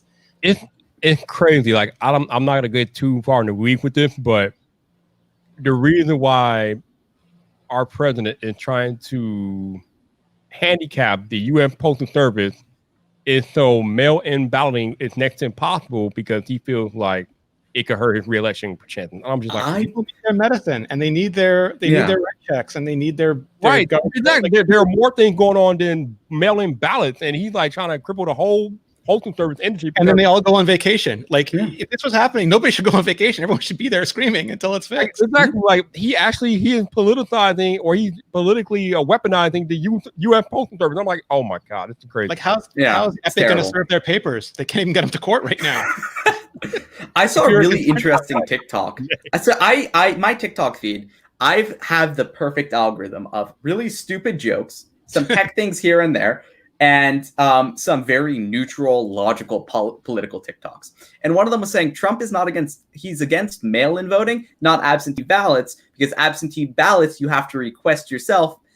Mail-in voting is automatic. And he wants less people to vote because if that happens, he will not get reelected. And that was an interesting idea. Because I don't know how the U.S. system works. We have a queen that if everything goes too crazy, she can always recall Parliament and dissolve the government. You guys maybe need a queen again. We have one available. We won't even charge you 30% for her time. The queen is the people, and that's the reason that guns were supposed to be a thing in the first place. But then that just went to shit. I mean, the Swiss have guns. They guard the Pope. There are working systems out there. Yeah, that's true. No, I mean, the U.S. is very different than it should be. Yeah, no, a lot of countries are. We got too rich too fast. Didn't appreciate the pain our parents and grandparents faced. Yep. I feel like that's going to change in the upcoming generations. Sorry, Viper, dragged your whole podcast down, but I really want people to fix the mail. I mean, even like the election is super important, but if people don't get their medicine, they're going to die. Yeah, no, I agree. Yeah, I'm with you, man. The U.S. postal service being messed up, that's not a good look. They need to stop that. But I mean, even with COVID, I can't get review units. I can't get like stuff that I buy at store, and that's just because of COVID. I don't want it to get any worse. Right. Honestly, I can't say I've had many issues with it recently. With like things, Michael Fisher, he can't get a Galaxy Note. Bro, I was speaking to him about the Z Flip 5G. He was trying to get one. They didn't have any of the gray models in any Best Buys, and I was telling him, dude, just get the bronze. The bronze is fine. I love this bronze color. Bronze is awesome. I love this color. And I was telling him, it's the only acceptable color. Yeah, I was telling him, don't get the gray Flip 5G. Go get the bronze 5G. And he kept saying, no, I'm gonna get the bronze. Keep that bronze pink looking stuff. Give me the white. Dude, this isn't pink. It's not pink at all. It's like a nice looking color. Mac. Put that back up there. It's a really nice back on the big screen here. Best color since rose gold. I legitimately think this is one of the best colors Samsung has done, ever. And I have an Aura Glow Note 10 sitting next to me. That was crazy. You know. Also, but the best color ever is that one. Yates Network, if you don't want our queen, Norway has a bunch of kings. One of them even flies charter planes. Like he flies for the airline. He has a job. I mean, there's all sorts of monarchs out there that can solve parliament for you. The best thing in Canada is like we have a vote of no confidence. So like if your budget doesn't pass, it's not like you argue about it for 2 weeks. It's like there's an immediate election. So people are like really incentivized to pass their damn budgets. Yeah. I think I mean there's some issues with that, obviously. But at the same time, it's better than what we have. Our government shut down. It shuts down for an election. Yeah. And they last 2 weeks. It's the best. That's my favorite thing. It's like I feel like the U.S. election, I don't want to make it up politically, but the U.S. elections last 10 years and the Canadian ones last like 2 weeks. There's got to be a sane ground in the middle so we can watch our TV shows without political ads interrupting us. Mm-hmm. Speaking of TV show, Renee, I before this live stream went live, I watched Project Power with our buddy Casey Neistat in it. Not a bad movie. I didn't see it yet. I haven't watched it either. I was going to watch it tonight. Better than Old Guard? No, not at all. But it's decent though. It's a decent movie. That's good. I you know what? It was interesting. I hadn't seen anything about that movie until Wednesday. Like Wednesday was the first time I had seen anything about that movie existing and became immediately interested. Well, I didn't know until Casey posted something on Twitter about a month or so ago. Does this mean Peter McKinnon has to be in a movie now? Is this the next thing? Everyone's got to have a movie? Probably.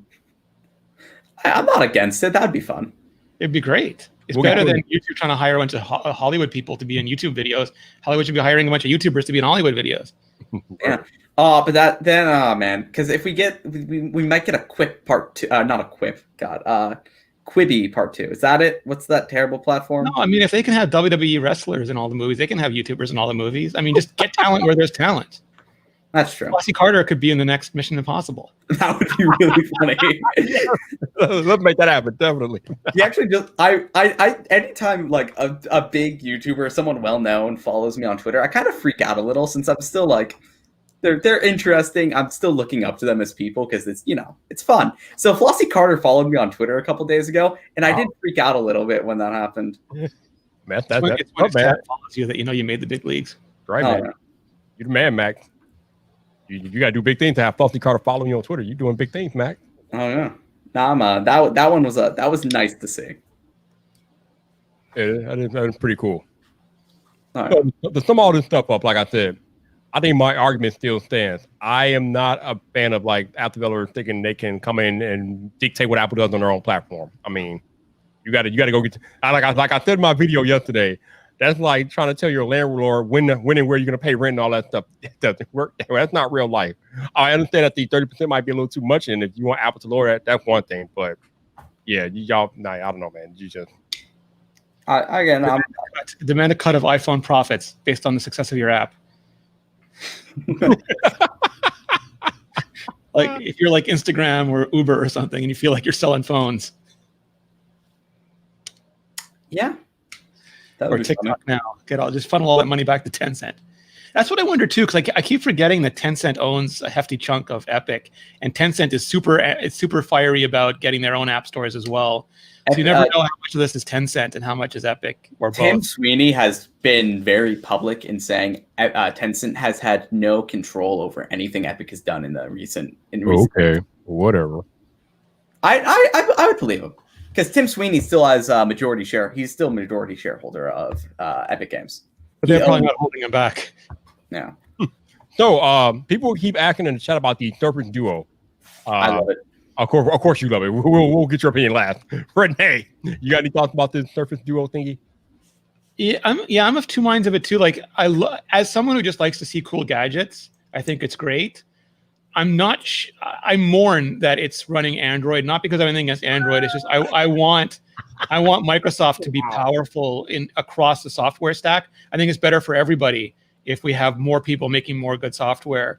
So, like in a perfect world, they would have grown Windows Phone up instead of trying to shove Windows down, and we would have had better Surface tablets and better things like the Duo, or at least different. Like, maybe they would have been worse, but at least they would have been different. And it's weird to me that can you imagine Steve Ballmer waking up the morning he heard this? Like, the guy who literally wanted to shove Windows on your toaster, waking up to the announcement that he's like, "Give me my job back! Give me my job back! I gotta put an end to this right now." So, like, I think it's really interesting. I would have loved them to have launched the Courier. I think that's what it makes me the most. Like, I would have loved if they let Jay Allard launch the Courier back in the day, because I think the Galaxy Fold is a more interesting device, at least for me. Okay, Max, I have a question for you. Is there any foldable device that you don't like?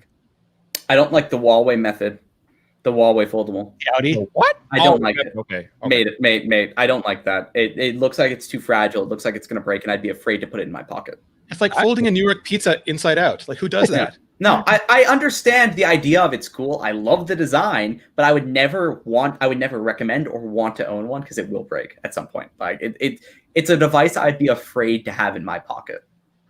All right, Mr. Weinbach, let's get your thoughts on the Surface Duo. So first thing I want to say, I was part of the pre-briefing for the Surface Duo with Panos. And first thing, they mailed everyone a flash drive with like 500 megabytes of just image assets and videos. It was pretty fun. It was nice. But when I was watching the pre-briefing, I got the flash drive with all the image assets a day before the pre-briefing. The pre-briefing was Tuesday. I got the images Monday. I believe you have a month early. I don't believe this for a minute. But I can't publicly confirm or deny that.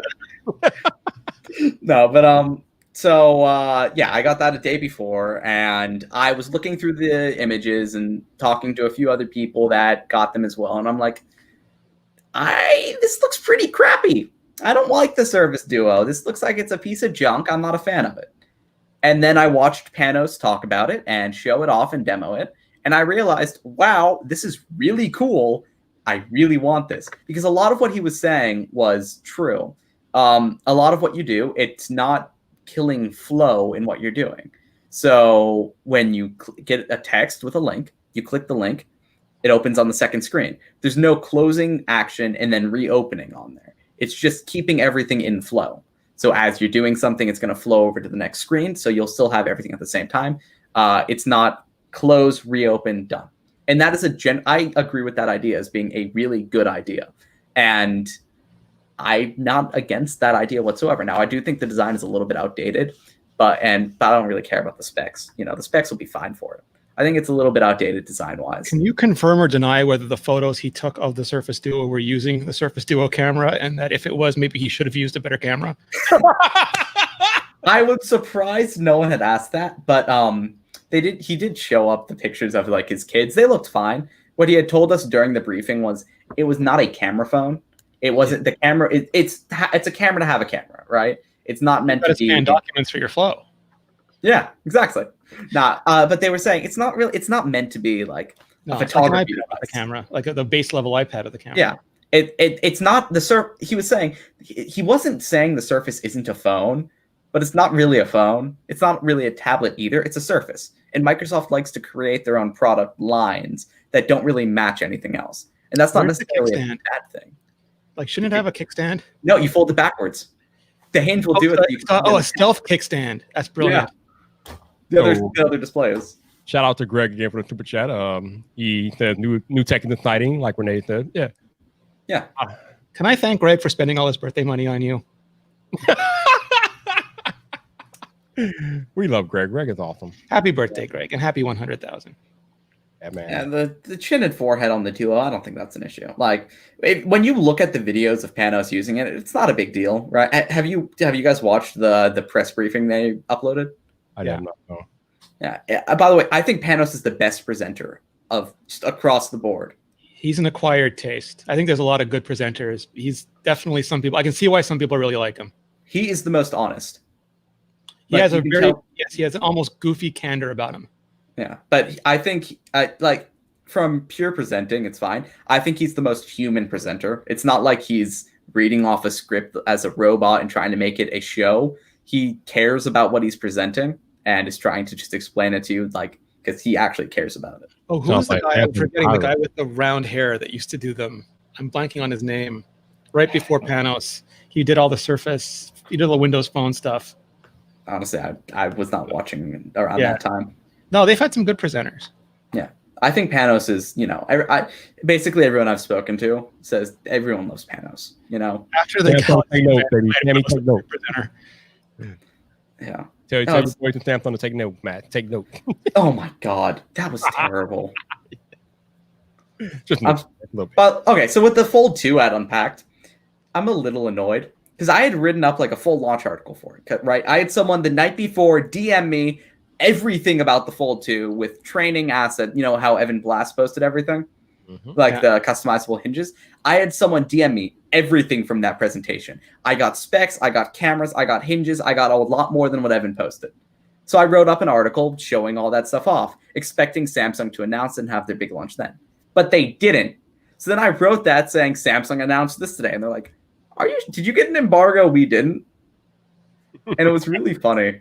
But now everyone's going to be like, is he right? Is he wrong? And I'm like, I'm right. I have the images that are watermarked, but I can't post them. You've had the device for going on 3 months, and everybody knows. I can't show it, but yes. Yeah. Marquez calls Max and asks how the device works when he first gets it 3 months early. Yeah. I don't think he has a Fold 2 or Sonny Dixon, one of the two. I don't think Marquez has actually used a Fold 2 yet. Are you sure about that? Because he gets everything like 5 months in advance. So with Samsung, his robot delegated. With Samsung, I'm not sure actually, because I've been watching what Samsung's been doing, and I don't think they treat him very differently than anyone else. I think they'll send him devices to do a little press briefing personally, but other than that, I don't think he gets anything super early. Dave TV and Lou keep getting stuff at their house. Everyone's at the press briefings, and then they're just in their house filming it. It's almost amazing. Samsung Canada must be really hands-on. No, Samsung Canada is a lot different than Samsung US, but I think they might send him devices early. No, Marquez didn't have it at his studio for the Note 20. He still went to the briefing. They had a secret little briefing. He's got to hook up with Samsung Canada. They'll even give people devices before the embargo. Exactly. Actually, Lou's video with the two hands on with those two devices, those weren't official retail devices. Those were demo devices meant for a store. Someone had schemed them over to him so he could do a video. Shout out to 504 for the 504 super chat. Thank you, sir. And again, happy birthday to you. Thank you. Yeah. Oh, happy birthday. Happy birthday. I don't know why you guys are spending your birthday money on me, but I appreciate it. So, Renee, you were holding out. Last time we had the conversation, Renee, you were holding out, but it's time for you to get in the game, Renee. The XM4s are coming, Renee. The Sony WH-1000 XM4s are coming, Renee. It's time for you to join the fight, baby. You need to get you a pair of those. I'm not a huge fan of over-the-ear headphones. I've had some. I used to, and I don't. I got in trouble for saying this. I'm like, if you're on a video, I just don't. They feel to me like I'm wearing old.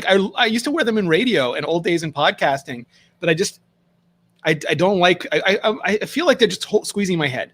That's the basic thing, especially the Beats on-ear ones. It feels like you got a little vice grip. Yeah, I hate the on-ear ones. You got to get the over-ear ones. The older ones are a lot more comfortable. Yeah, and I have I forget the first generation of those Sonys, and I have the first generation of the Bose, and I just never wore them enough. Maybe if I was traveling more, I would get them again. And I'll try the Apple ones, but I think I'll just now that we have these tiny little things that I forget I'm wearing them sometimes.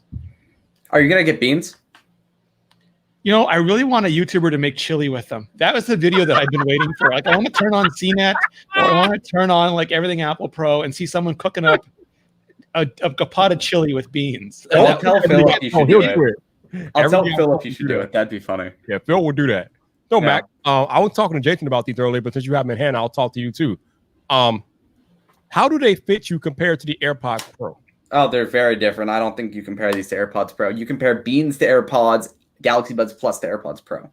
I think that's the correct comparison. Okay. From a feature level, they're similar to AirPods Pro, but to like fit in actual design, they're more similar to AirPods. And price as well. I think they're the same price. Okay. Actually, All right. it'd be $40. Okay, now a lot of people have been saying, Mac, that the active noise cancellation on the Buds Live doesn't really do much. What are your thoughts? That is exactly why I said you compare them to AirPods. It does nothing. Okay. I don't even see it canceling out low frequencies. I don't hear any difference, like at all. And that's not necessarily a bad thing. I like it being able to let through a little audio. That's my issue with like Galaxy Buds Plus. You hear nothing, and their ambient sound mode is terrible. Yeah, so I like them, but these don't fit my ears very well. If I put them in for too long, it starts to hurt. Wait, what doesn't fit your ear? So they fit my ears fine, but if I have these in for like an hour, it starts to feel like someone is stabbing me in the ear. Okay. I had the same issue with the plastic AirPods. Couldn't wear those. Interesting. Okay. Somebody, the whoever was saying that in the chat, ethnic, no, the Galaxy Buds Plus do not have active noise cancellation. The Buds Live do. I would be willing to bet Samsung releases a new pair of Galaxy Buds Plus with ANC. I don't Probably 8 pairs. This is Samsung you're talking about. There'll be one at every millimeter size by the end of the next 2 years. Exactly. No, it was really interesting when Samsung did the Galaxy Watch and Galaxy Watch Active 2. Sorry, Galaxy Watch Active and Galaxy Watch Active 2 6 months apart. That was weird for them. They've never done a 6-month launch cycle of the same product line. Speaking of watches, Renee, do we know anything about the Apple Watch Series 6? Is there going to be an Apple Watch Series 6? I mean, I'm guessing there will be. We've heard it's a good holiday seller. I don't know why they wouldn't make one. I mean, they made iPods year after year after year, sometimes only changing the color. New finishes, new styles, there's a whole bunch. There's a lot of things they can do just to keep the models fresh on the shelves for the holidays. Yeah, there's no way in hell they don't do it. Yeah, we've heard little to nothing about the Watch 6 though, but wasn't it supposed to like not have a crown or something? Is that a different Apple Watch rumor? They should borrow the Google Radar Sense and let you just spin your fingers. I like the rotating bezel more than a crown, and I also like round. I know people are like, "Hey, square screens are better for reading stuff." Samsung does it fine on a Galaxy Watch, I like the rotating. Either way, but I don't feel like it has to be historical. Like, we don't have phones shaped like banana bell handsets anymore. Just make something good. I don't care what it's shaped like. I don't care what it used to be. Cars don't look like horses. That's fine. If you want to make a horse-shaped car, do it, but don't do it because horses used to look that way. No, I like this. It's like it blends in with a normal watch, so it makes you feel like you're wearing a normal watch, but it's a smart watch. I like the idea behind it. I like what Samsung's been doing with it. They're not doing it as a circle to be different. It's like there's a reason there are circles, and it looks nice. Like Samsung does a great job with it. Now, Oppo made that watch just to copy the Apple Watch. I mean, yeah, that looks just like the Apple Watch, definitely. Oh man. Yeah, I think the difference is like, are you making a watch that has some digital abilities, or are you actually making a computer you wear on your wrist, and what are you optimizing for, and then make a good interface? Like if Apple makes a round watch, I'm not religiously opposed to it. Just make a really good round interface. And I think a lot of companies, especially the early ones, they didn't. They just decided to make a round watch, and you'd see the text like literally be cut off. Like the only thing you could read was a sentence in the middle of the watch, and everything else would be clipped. They wouldn't do anything to constrain it. They wouldn't make, and we've seen some good round interfaces from a lot of people. Even Apple does some on the Apple Watch. Like you can do it, just put in the work and do it, make it awesome. And Samsung does that well. And that's what I'll say. Google does not. Samsung does. I think Google would have benefited from Samsung if they could have kept them in the Android Wear ecosystem. I think Android Wear I think Google should just ditch Android Wear and start supporting Tizen with their apps. They actually do. Now that's a hot take, you all. Woo! No, Tizen is a better mobile platform than Android Wear. That is just a statement of fact at this point. I mean, I think anything is better than an Android Wear at this point. True. I mean, maybe those Google new is an chips are more. algorithm company, not a software company. I think people forget that. Like they do make some good software, but it's like at their core, they're an algorithm company. And whenever they don't need something, you can tell. Like they don't need tablets really. Like they kind of wanted them for a while. They don't need watches really.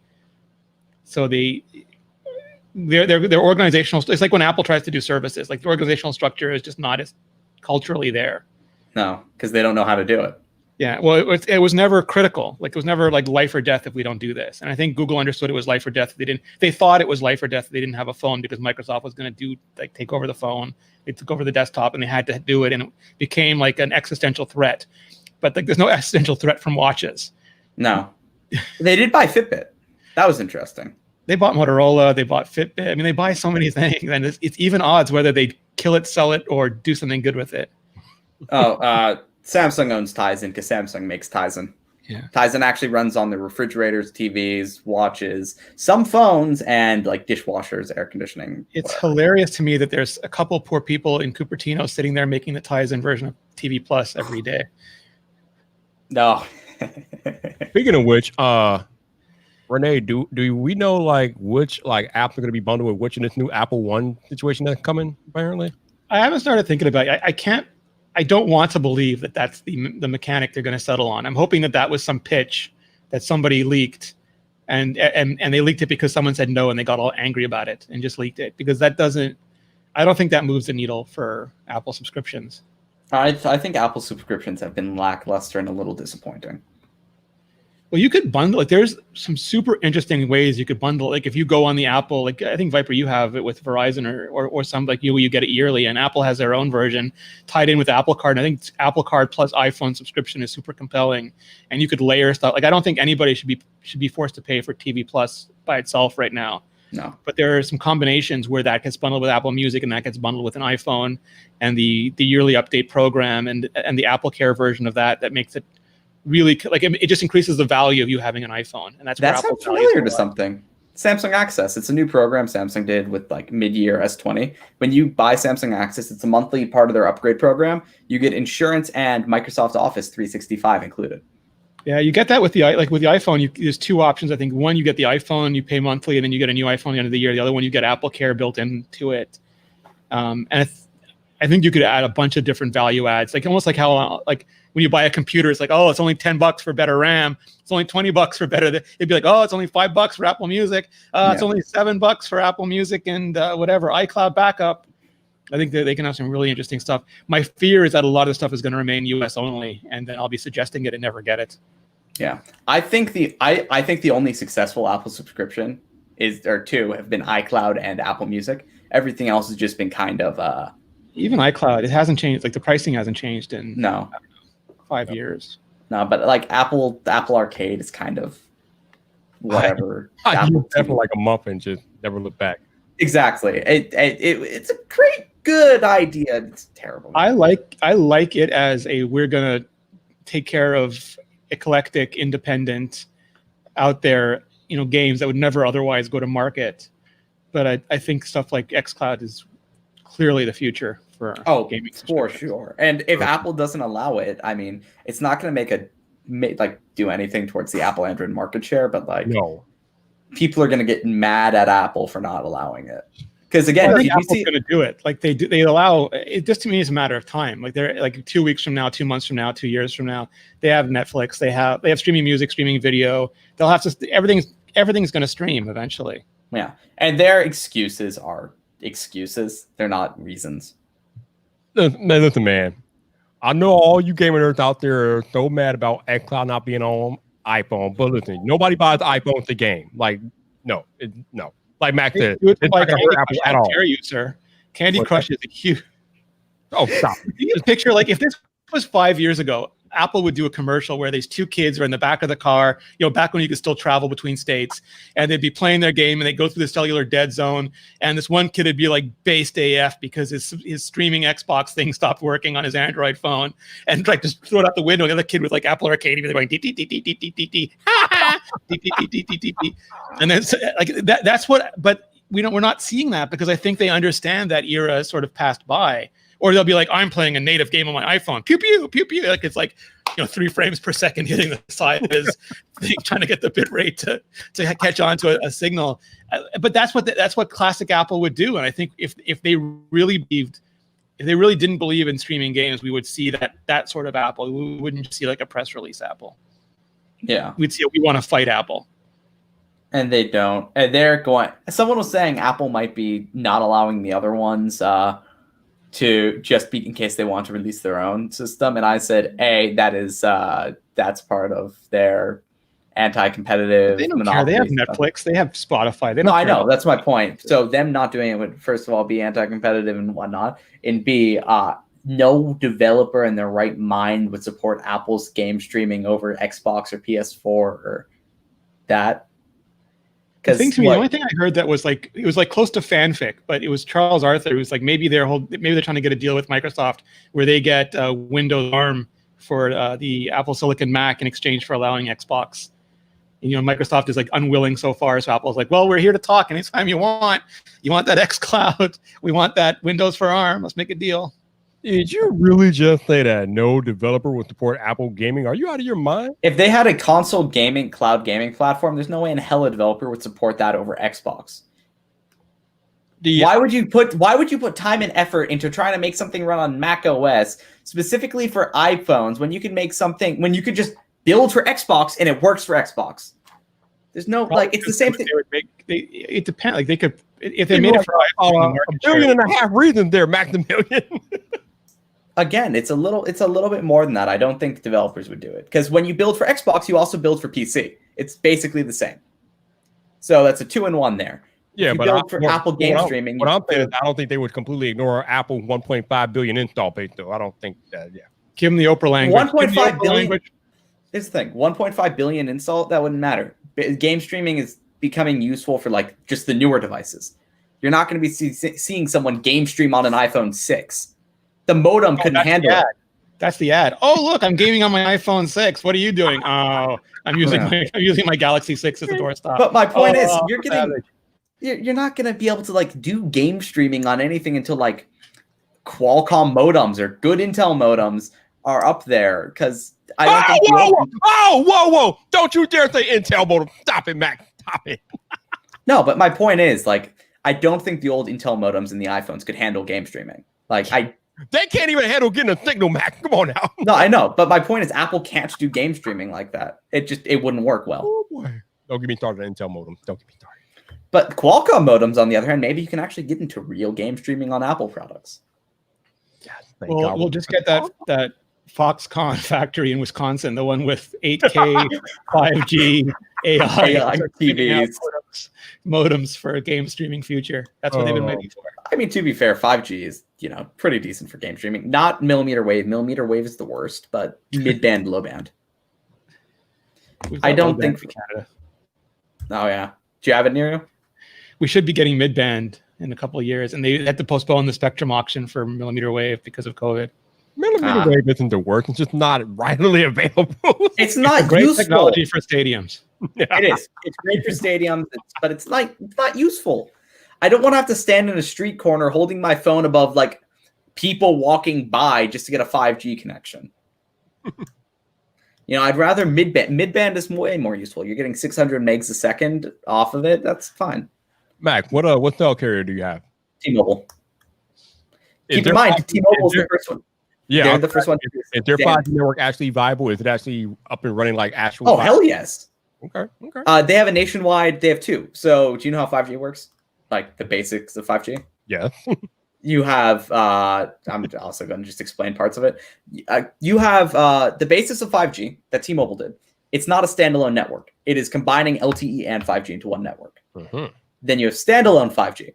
T-Mobile has that combination basically across the US, blanket in the US, not much faster than LTE. Standalone 5G is a little bit faster than LTE. And then T-Mobile's doing mid-band in bigger cities, which will get a lot faster than LTE. And millimeter wave will be in like big cities, stadiums, maybe college campuses, which is like, Yeah. But I mean, I have 5G at my house. I have 5G down the street. It's standalone, so that's nice. It's a little bit faster than LTE, especially. I had a big power outage from the tropical storm. Everyone was on the LTE network, but the standalone 5G network was still running and really fast, so I could actually do stuff on it. All right, since I know you're a hardcore nerd, Max. So what are the average download speeds you're getting with standalone 5G? I know you know 200 megs. LTE would have been maybe 120. Sure. All right. It's better, and latency is like 20 versus 36, which means a lot for game streaming. Renee, you guys in Canada are still working with Huawei on your 5G, right? I think so. Yeah, I don't think we're not pulling it like the UK yet. We'll see how that goes. Somebody's asking, how long will it take 5G to be mainstream? It's the end of the year. I would already say 5G is mainstream, just not in the way you would assume. Yeah, 5G. I wouldn't even say 5G is mainstream. Yeah, I would probably another year or two at the very least. I mean, 164 on LTE. There you go. That's not bad. Oh, I don't have a great signal at my house, so I can't really check. In my house, no signal. If I walk out to the street, I get full bars, full speed. So the problem in the U.S. is that all the carriers are doing 5G a little differently. Like Verizon's, like they started with millimeter wave, but now they're trying to add sub-6 5G and things like that. T-Mobile started out with mid-band and sub-6, and they're just like Matt said, they're aggregating with LTE to build out their network, which they have because they have a network. I don't know what the hell AT&T is doing. My guess is that we're going to end up with FR1 covering up to sub-9, and that's what most people will use. And then MM Wave will be like WiMAX, like industry specific. Yeah, applications, not consumer oriented. No, I mean I don't think millimeter wave. Verizon starting on millimeter wave was a bad call. Yeah, I don't. I mean, I haven't used it. I mean, it's fast AF, but it's like I think me and Renee were talking about this before. It's just too expensive. I mean, you got to have towers in practically every corner to even take advantage of that. And millimeter wave antennas are expensive. Yeah, they're like $50 for 2 antennas, like $50 in hardware cost. And you've got a backhaul to get all the speed for all the people who are going to be on all those antennas. And now they want to use FR2 backhaul for FR1 deployments, which it makes me laugh in many ways. Yeah, basically they want to use millimeter wave to provide the backhaul for sub-9 5G. Right. Yeah, Alton Murphy, you're right. Verizon is launching their low-band 5G by the end of the year. That's why when they announced the Galaxy S20 devices, Verizon had the S20 Plus and the S20 Ultra available first. And then they just recently, I think in July, released the regular 5G, the regular Galaxy S20, because it supports Verizon's low-band 5G. Now they did a custom version of the S20 with millimeter wave. Wait, what? Say that again? The S20, base S20, they did a custom version specifically for Verizon with millimeter wave. Oh, it has less RAM, a bunch of other downsides, and has 5G. Millimeter wave. Yeah, it's the S20 5G UW. Why are we going back to T-Mobile Epic 3G names? It's like we got past that. We had nice simple names for a while, and now everyone's tacking on their frequency numbers again. I don't know why Verizon does that. Also, I don't know why we need to have 5G at the end of every phone. I don't either. I don't know. I mean, I guess they but I know why, because Verizon is really trying to push their 5G stuff hard. They are trying to push it really 5G hard. Is currently a marketing and finance person technology. It is not yet an engineer or customer. Yeah. Yeah. Also, there didn't need to be any difference. All that needed to happen was the symbol change, and that was about it. And open up the bandwidth. Just open up the bandwidth. Yeah, the bandwidth is the issue with LTE. That 5G stuff. Stay away from that stuff. That's LTE. Yeah. AT&T, we're looking at you. 5G. Terrible. Oh, terrible. Oh yeah. So Renee, obviously I know you are formulating a video for this Apple versus Epic stuff, but what are you working on in the meantime? Anything you could share? I'm working on that. I want to do something about the Apple services because I have so many questions. And then we'll just see. I'm working my way through Apple Silicon still because I find that endlessly fascinating. There's just so much when you have, and yeah, it's totally, before Max can say it, it's totally closed. Like it is the exact opposite of what you want for an open silicon merchant marketplace. But I think like there's some cool ground for experimentation there that could, drip out into silicon merchants when you start making, I talked about it in my video today. Like just imagine a MacBook Pro that's built like an Afterburner card. that's like built basically to run Final Cut Pro fast and Logic fast, and sure the Adobe apps too because they can tie into it, but just like purpose-built silicon for specific purposes. I want to see what they do with all of that. Like they already said they're making hypervisor accelerators, but just like picture anything that bothers you not being fast enough and then being able to make dedicated silicon blocks to handle it. Yeah. I want to see all that stuff happen. I was told that the first gen Apple Silicon Macs were you should probably stick away from them. Really? Go for second gen. Yeah, because apparently the first gen chips are going to be based off A14. Second gen are going to not be based off a mobile chip, but actually be new chips in general. I guess it depends how you splice the generations because it's a 2-year rollout. So depending on which Mac you want, you might skip over the early chips. Yeah, I mean, I think it would probably be the best idea to skip over the early chips. I was also told the software is going to be like really weird as a backend because apparently Apple Silicon, the kernel running on that Apple Silicon version of macOS is basically an iPad kernel that was changed to run macOS. So that's, that's going to cause some issues at first until they can really get it hammered down and figure out if it's I was told the dev kits, it's an iPad Pro that thinks it's a Mac. Yes, that is true for the dev kit. Yeah. Literally the current iPad Pro. Yeah. So, I feel like there might be some issues with that in the future. And you might want to wait a couple of years to get all that stuff hammered out, figured out before you actually invest into that new platform. That's like the old thing. It's like there are people who want to be like, even like take the first generation Apple Watch. There are people who know clearly that thing is running at thermal max and don't want any part of it and want to skip it and let everyone else be the beta testers. And then you have the people who, it's the same with foldables. Some people are like, I'm not going to spend $2,000 on the first phone that Marquez peeled the front off of. And other people are like, give it to me now. I want to be part of this process. I want to be there from day one. I appreciate both responses. Like, I want to have a little bit of both in my life. I'll buy like 1 or 2 experimental devices a year, and then my main production machines will be like 3 years old, running 1-year-old operating systems. Yeah. No, I mean, it's going to be interesting to see. I was also told it might not be a MacBook Pro, but instead it might just be a MacBook. Yes. Which makes a lot more sense to me. Yeah, I think Sonny Dickinson had put something on Twitter a couple of weeks ago about which Mac might be the first to have the Apple Silicon chip, and he mentioning they might be able to consolidate some of their lines, like their airline and their MacBook Pro, whatever. They might get rid of their airline. He has them already. He has them already. You never know, man. Never know. Yeah. No, I think it would make more sense to do a MacBook first than work on MacBook Pro for dedicated ARM chips. It makes sense to me to do that. Why? Like it's definitely going to be a mobile chip. It's going to be like an A14X running in there. It's going to be a mobile chip running in a laptop. That seems more suited for a MacBook instead of a MacBook Pro. Yeah, be fine. Yeah. Also, no fans on it, so you're going to have lower clock speeds because less thermal headroom and whatnot. I think that's the appeal to some people, though. Like, I think a lot of people rightly dunk on the 2016 MacBook Pro, and pros get really angry with it.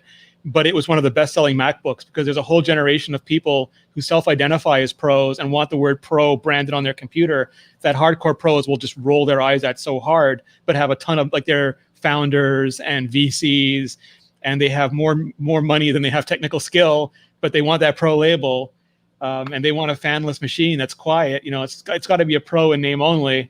Yeah, and that's kind of what Apple sells to. I mean, if you sold just to the pros, you would make no money. Yes. Unless you have like a modular approach and you're just adding daughter boards to whatever your base build is and you can click it off on Dell.com and ship it. Yeah. That's a sustainable model for niche computing. Not taking anything away from them. That's a model for niche computing. It just does not one that Apple's ever done. No, and they can't do it because they don't. So Apple doesn't sell to true pros. Well, they sell to true pros, but the pros they sell to aren't the true pros. If you want a mobile Apple workstation, you're buying the Mac Pro with wheels.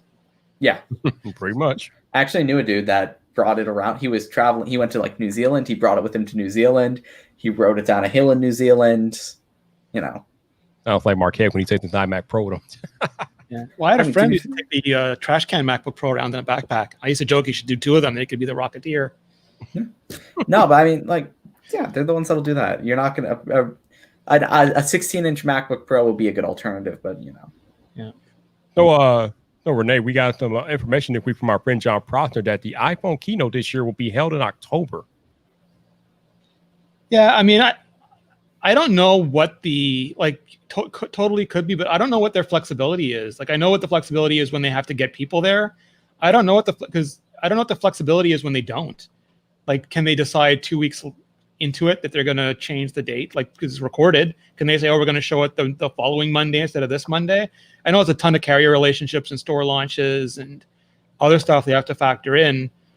But I'm hoping that it's not just like, I don't want it to be a Samsung event where they basically record the iPhone keynote and they have to like play it back in real time for us. I'm hoping it's a little bit more dynamic than that. Yeah, I mean, I think it's going to largely depend on when they want to release the phone, because I think they're going to try to schedule the event around the time that they want to release the phone, so they can have that 10-day window like they normally do. Yeah, I think they might do it. I could see them doing an extended window, because I was told iPhone 12, like the two smaller models, have already started production, and that they're just trying to stockpile them so when sales do go live, they don't run out. So they are going to start production now for the 12. They'll start 12 Pro in like a month, and then they're just going to stockpile as many iPhones as they can. Mm-hmm. So also, I did a video talking about how there might not be any iPhone lines this year because Apple might not want to create that large gathering in the midst of a pandemic. Yeah. Curious to get your thoughts on that, Renee. Do you think that it's possible, at least for like the first maybe couple of weeks, that the iPhone 12 is available online only, and then maybe have it in stores later on, or do you think they'll still have it in stores and risk a mass gathering? So I think they don't have to make like that much of a decision. Only like, just to back up for a bit, like, you know, they used to love the lineups because they were great marketing. You get a ton of buzz. It would be reported by the news. And Angela Ahrens stopped that. She's like, it's a bad customer experience. And marketing people were like, no, but it's our news footage. And she's like, I don't care, bad customer experience. But I think Apple has been really good about the COVID stuff. Like, you know, they closed down, and they have an international policy. It's not being left to the idiots in charge of every individual city.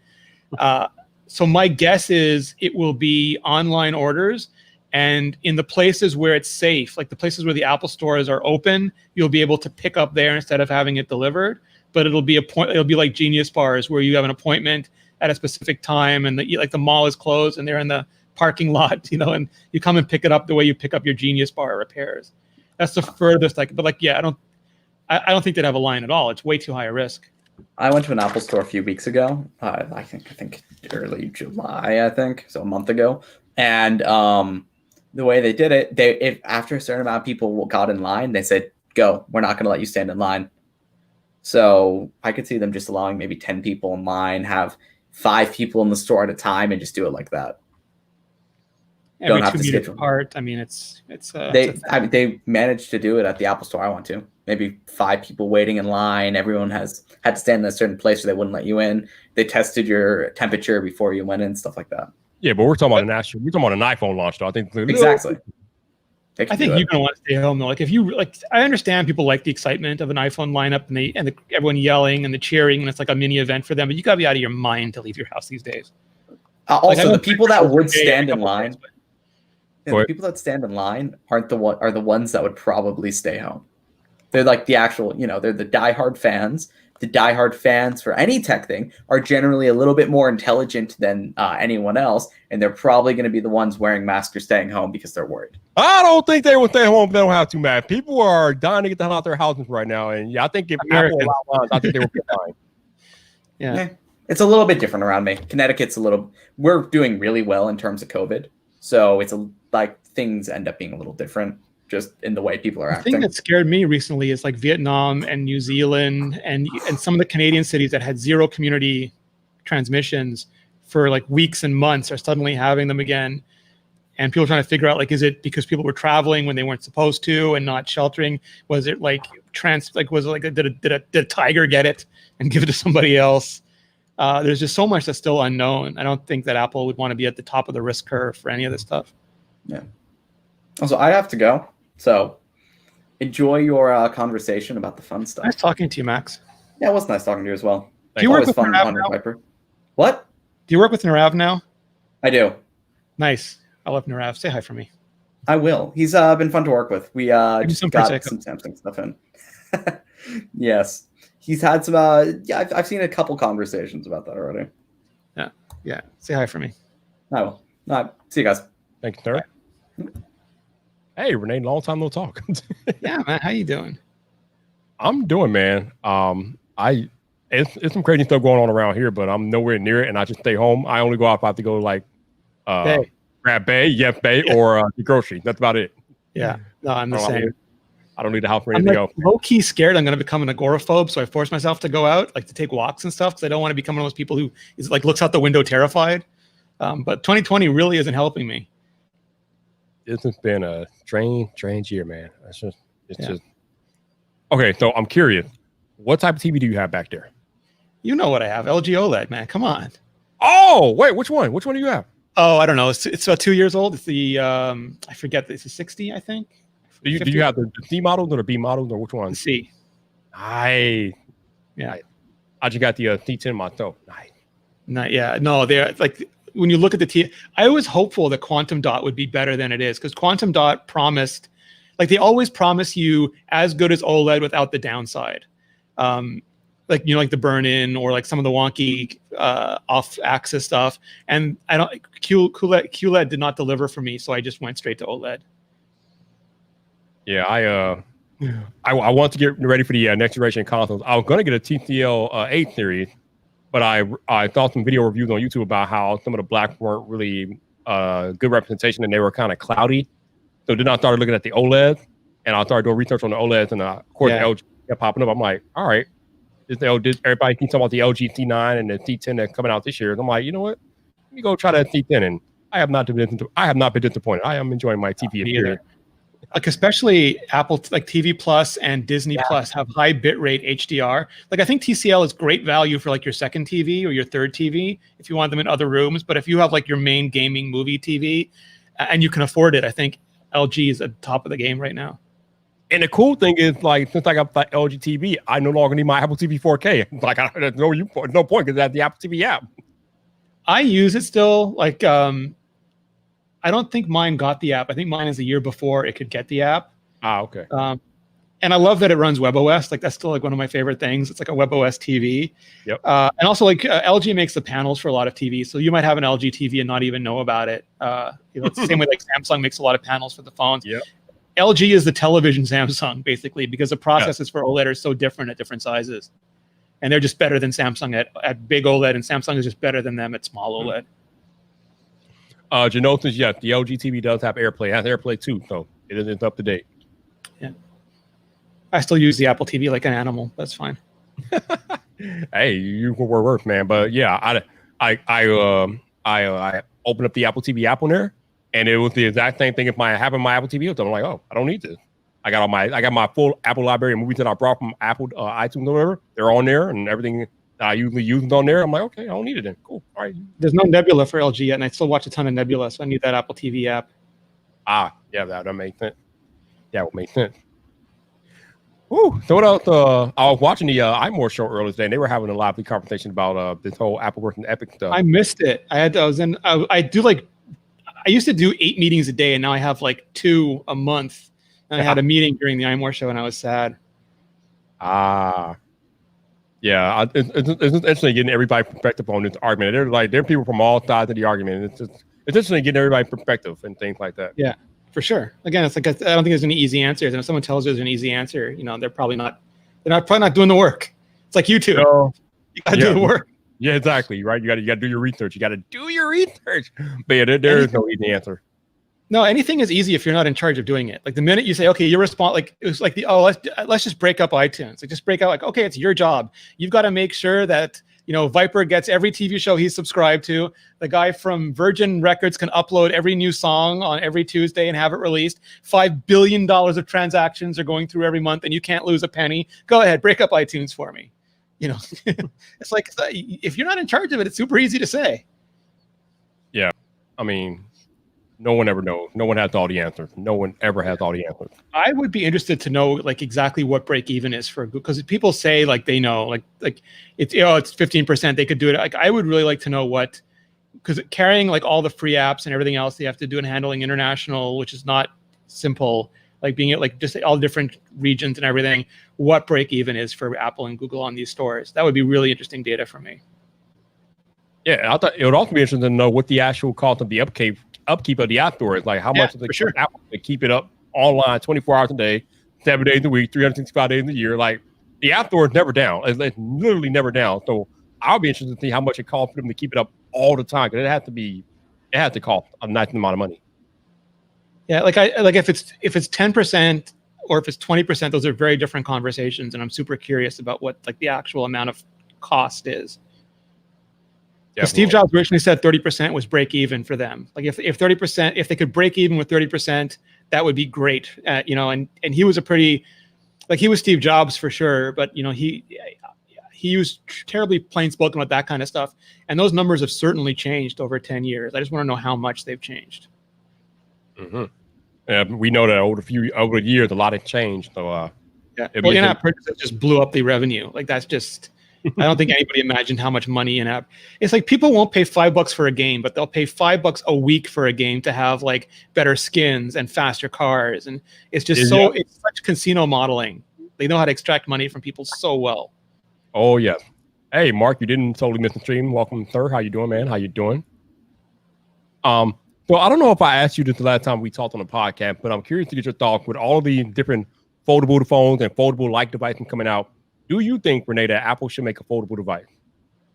They've had one for years. Like they keep working on it. They keep working on all this stuff because they got so much money.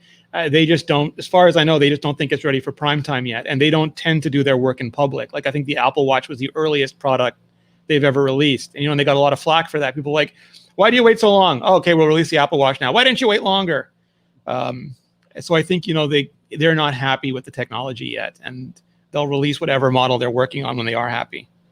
Mm-hmm. Now, do you think when they do release it, do you think they'll release the natural foldable like the Galaxy Fold, or will they release something with like a dual screens and a hinge like the Duo or the LG V model? I think that, the ones they were originally working on had hinges, because just back then everybody had hinges. It was like 10 years ago. And now the technology's improved. And Apple also tends to wait. Like they want to see what Samsung does. They want to see what Microsoft does. They want to see what LG and Huawei do, and they want to see people's reaction to it. Like they want to see how the market, like what does the market really want? Do they want flips? Do they want folds? Do they want what aspect ratios are the most popular? What are the most useful? Same thing. Like there was 10 years of smartphones before the iPhone, 10 years of tablet PC before the iPad, 4 or 5 years of smartwatches before they're like the Pebble and stuff before there was an Apple Watch. So they're not going to be first at any. Like maybe one day they'll be first. Like maybe with the glasses they'll be early to market. But with something like a foldable phone, there's no advantage to them. It's not a huge market yet. Right. And actually, Apple was kind of first to mainstream with an actual foldable display per se, because I don't know if you guys remember, but the iPhone 10, the OLED on the bottom folds into the display controller. So they actually have a foldable OLED display in the iPhone 10. Yeah, they just put it on the inside where it couldn't get damaged. Yep, exactly. And obviously for the iPhone 10 and subsequent newer iPhones, they have that foldable OLED. So Apple is familiar with folding OLED and things like that. So I don't know. It's be interesting. Yeah. No, I'm sure we'll see it eventually. It's definitely. Martin, he keeps hearing Apple working on a foldable, but given Apple track record of waiting until tech is mature before they release the product. Yep. Same thing Renee just said. Yep, definitely. Yep.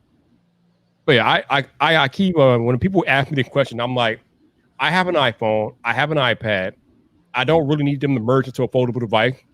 They each do what they do individually so well that I don't feel like I need a foldable device. So, I mean, I'm not in any rush for Apple to make a foldable. But as I've said all year long to you all, I'm definitely itching to get that Fold 2 from Samsung because that looks so good.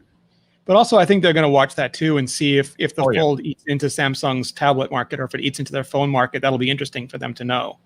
Like if there are people who do want that or do prefer that, or which people and at what price ranges, all that sort of information is just good data. Definitely. But as far as eating into their market, though, I don't think people will drop iOS devices to go get a Android foldable. Though. No, I mean within Samsung, like they'll watch what Samsung's mix is. Like, and if Samsung's mix for folds is higher than they expected, maybe it'll accelerate. If it's lower than they expected, maybe they'll decelerate. I think it's not that big a deal. Well, the way they're going to price it, it's still going to be pretty niche. It's going to be a niche audience. Yeah. So yeah.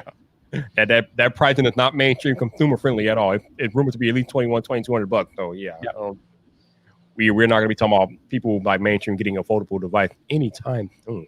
No, you're paying to beta test, and that's fine. Some people really love that; they don't mind at all. And I think, like I said, I think it's great that we have wacky cousin Samsung that throws everything at the wall to see what sticks, and conservative cousin Apple that looks at what's actually on the wall sticking and then makes choices. I think it benefits different customers in different markets.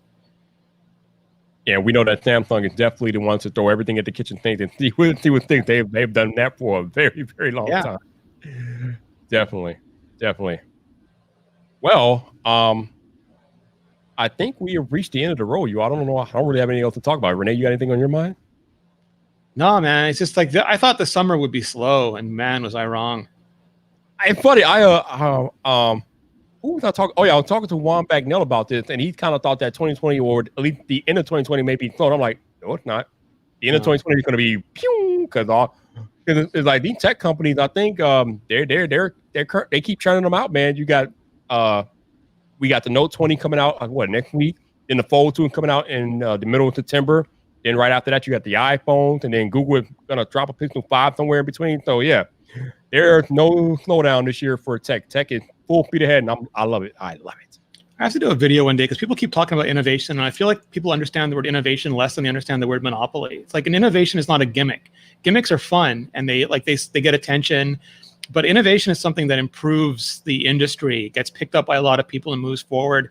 And every company is doing that. And like if you say Samsung, like, oh, the Note looks the same or the iPhone looks the same. If you think they're not innovating in multiple dimensions inside and outside of those products, you should not be in tech. Like there's so many innovations that you can see and can't see every year, like with the screen technology, how it gets better. Like, like Apple made a custom SSD controller so that you would never lose a photo or a frame of video. And that's a significant innovation. Nobody knows that it's there, but like you can play a video back without it breaking or you can take your photos and they'll actually be there. And Samsung does that too. All these companies are doing really good innovation all the time. It's just such a tired cliche that they're not. But can I show Zach this quickly? Look, C-stand, Zach. So many C-stands. Zach, I think everywhere. I think Zach got a new one today for a Godot flight. So yeah, he's all happy. Yeah, yeah. You can't see mine's like behind or in front of me over there.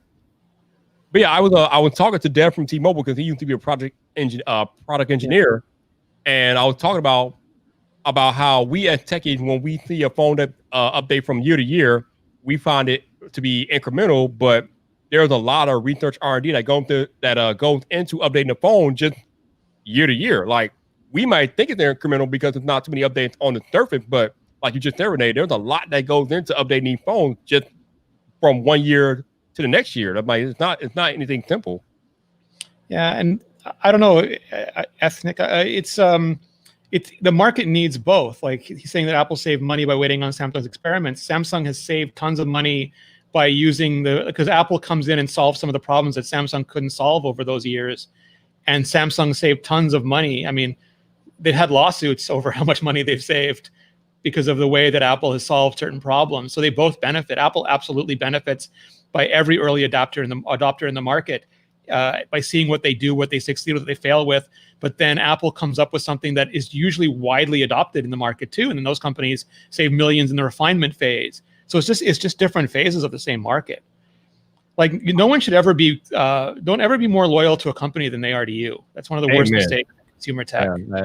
Travis MCP would say that brand loyalty that some of y'all got it misplaced. Don't do it. Yeah. Although there is a document that leaked online about 8 years ago or whatever about how Samsung modeled their Galaxy S line of phones after iPhone, like piece by piece. And so, I mean, that's one of their and it's also context. Like they did the same thing in the appliance market with when they were making fridges and and they got sued over that, and then there was a whole bunch of litigation over what was considered is inevitable design versus I forget what the word is, design marks. And it's the same thing here. The Apple benefits from early adopters, and early adopters benefit from refinements, and it goes back and forth. And if you don't appreciate what all of them do, I just think you're not in tech. You're like it's like Coke or Pepsi, like DC or Marvel. Just make me good movies. I don't care. Yeah. Just make me good movies. I mean, and to further highlight the whole updating the phone from 1 year to the next, like Mark said, like it might look incremental on the outside, but there's a lot that goes in. Look at the Fold to the Fold 2. The Fold 2 looks like a completely different phone from the Fold 1. And we're talking about just a year apart. They're just a year separated. Yeah, they're doing tremendous amount of work there. And even if you look at like, again, like, and we've talked about this before, tech people say it's not like every video I watch is the Note 20 a good update from the Note 10. 3% of people are worrying about that question. Like there is, most of the people have a 4-year-old phone, 3 to 4-year-old phone. And the same with iPhones. Is the iPhone 11 a good upgrade from the iPhone 10? 3% of your, maybe not of your audience, maybe like a lot of nerdy audiences out there. That's totally fair. But the general market who's just like searching YouTube or searching Google for answers, they have an iPhone 6S or an iPhone 7 or an original iPhone SE. That's the vast majority of people updating. And exactly what Mark said, like an iPhone 6S, they'll say, oh, it's so boring. It looks the same as every other. From an iPhone 6S to an iPhone 11, it's enormous changes. Like a different world. Yeah. So just keep doing like. It's like the Homer Simpson's car thing. And then like OnePlus does listen to us and we're like, oh, now you're too expensive. And they're like, okay, we'll take the stuff out again. What did you do? Why did you take it out? Like, stop listening to customers. Like listen to the important feedback, but don't listen to influencer trend, complainers. Yeah, I will say you gotta kind of have to listen to the customers. I mean, Samsung did that when they back in the day when they were including SD cards on their phones. And then one year they decided to remove the SD card slot from their phones, and people complained, so they re-added it back the next year. But see, so I don't know. Like, listen to the data. Like, I remember there was this complaint about Apple TV keyboard support one year, and Apple didn't have it in the first beta, and quote unquote everybody was complaining. Like it was all over Twitter, and I happened to know somebody on the team, and he's like, at WWDC. There was 0 people using keyboards on Apple TVs. They were all at WWDC. No other human being was using a keyboard on the Apple TV. So yeah, 5,000 people were using it. They all have Twitter accounts. It looks like everybody cared. It was like 0.01% of our Apple TV customers. And they put it back, sure, because those customers are important. But maybe Samsung had data that showed them that 2% of people used SD cards. And it's all the people on Twitter that used them. That's fine. But weigh what's best for the product, and you'll get some complaints on both sides, but just make good decisions based off good data, I guess is what I'm saying. Data-driven decisions. We talk about that a lot on YouTube. Yeah. And trying to grow a YouTube channel, you got to use the data that you get to make the best decision possible. And it's the same. Like I get every day. I'm sure you get it too. It's like your thumbnails have gotten boring, and I'm like, but no, like that's not like. I don't care if my thumbnail is boring or not. I care if the CTR is going up. Like, that's my measure. Or you should do something. You should do this different. And I ask them, I go, how long? Like, if you're Roberto Blake and you tell me that, I will listen to you in a hot second. But if you just have feelings, like, and I appreciate everyone's feedback, I really do. Like, I love that I have an engaged audience. But if you just have feelings that you want me to change something about YouTube, I want to know the research you put in. I research this stuff for hours every day.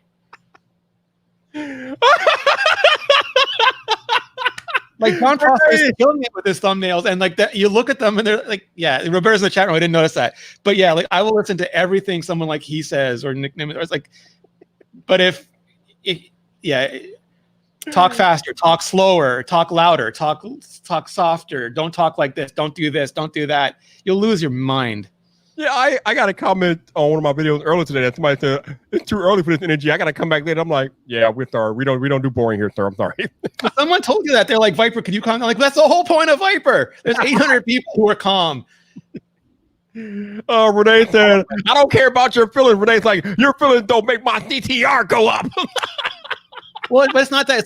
It's like just be like, if you spent like a bunch of time researching this, and like, because you maybe know better than me. I just want to know what your opinion is based on. Is it just like, yeah, Roberto, unqualified credit, and they a lot of times they mean well, but sometimes it's just they're thinking of they're mistaking subjective personal opinion for objective strategical advice. Yeah, as you eloquently stated, there's a lot of feeling in our comment section. And that's the same with products too. It's like, are you like when people are saying, I want an iPhone like with a triangular display? Why doesn't Apple make that? Well, is it you? Like, is it a market of you? That's probably why. If it's a market of 1 billion people, then they should probably make it. And understanding the difference, and it might be a cultural thing because North America, we've got this weird cultural thing about, and Twitter makes it worse because like everybody is a majority on Twitter. You're a one-person majority on Twitter. And I sound salty about this just because I was watching it all week. It's just like, just please have some like do some perspective taking, have some empathy, consider the needs of like the majority of users, and they're confronted with this stuff. How does it make them feel? You know, have that sort of empathy. Yep. Sorry, it's a bit of a rant. No, you don't rant much though. When you do rant, I take delight in it. It's great. Well, no, because I saw that comment about you, and I'm like, dude, like literally, he does these amazing intros, and you're telling him to be just another bland YouTuber. Yeah, that will never happen. I'm sorry. That doesn't compete with Vyper. Vyper doesn't do that. And if you don't like it, that's fine. Like no one's saying you have to like my videos or Vyper's videos or anybody's. Maybe you don't like Marquez's videos. Like whatever. That's you though. Right. Exactly. And that's why I tell them, like, you know what? I don't do the bland, monotone, typical tech YouTuber thing. If you like that, there are hundreds of other channels for you. This channel ain't it. I don't do that here. Yeah, I like diversity and variety. I want to see everything that's different. Exactly. Like if you want a more analytical Apple video, you don't come to Vyper for that. I don't do that. But you can go to Renee. Renee will getting pretty good at that, man. What's that? You're getting pretty good at that. A little bit, but nothing like, you're like the man. You're like the professor out there, man. You are doing deep dives, and your video could be literal courses in Apple business and practices and things like that. So definitely, I have the benefit of having covered Apple for 10 years. Like I literally did my exactly. I don't have to every day for 10 years. But like I have to learn like from all you guys how to do an intro and how to like get someone to watch more than half the video. And like a lot of people fall asleep in a professor's class, you know. So I'm learning like falling asleep watching a Renee Vyp video though. I don't think so. You never know. Like I want to get better. Like if I get to 50% watch time, I want to get to 55. Like, and I saw that in Roberto's video too. It's like, figure out your baseline and then improve. And that's I really want to get better at doing that. It's funny that you talk about intros though, because I know Gerald Undoes has a unique way that he does intros. He takes the intro from his people who like suggest intros in the comments, and then he'll pick one to use in the video. Hilarious. I almost did that because I could no longer say this is vector, so I was going to ask the chat room to make suggestions every video, and then I saw Gerald doing it, and I go, it's too good an idea, but he's already doing it. But it'll be interesting to get like people who's like suggesting for you though, because obviously he does a different thing with cameras and gear and things like that, and you're covering Apple stuff, so. That would be interesting to see what type of ideas they would come up for you to do your intro. And this is chocolate frosted cornflakes. And I already have a guess as to what most of them will say. Like they're like, you should say, I'm Renee Ritchie and I'm an Apple sheep. I almost guarantee that'll be the bulk of your comments. You're an Apple sheep. See, Roberto says he wants you to do it. See, Roberto said to do it. There you go. Roberto said do it. Do it, Renee. Do it. Yeah. God, Roberto's amazing. Roberto is amazing. Roberto he's that dude. I love that man. Single-handedly saving influencers from the TikTok meltdown. Or trying to anyway. Trying to. If they listen, Roberto fits a lot of knowledge, but if you don't listen, I mean, it doesn't really mean much. And some people listen, some people don't. I guess and it and Mark is saying in the chat room, like it's a moving goalpost. I just try to pick one or two things to work on, and then I try to get better at them, and then pick another one or two things. Like I spent forever on color grading, and then I spent a lot of time on sound over the last couple of months. And now I'm working on better intros and better audience retention. Yeah, it's interesting that Mark said that because I recently crossed 4,000 subscribers on the main channel, and I wouldn't. Yeah, congrats, man.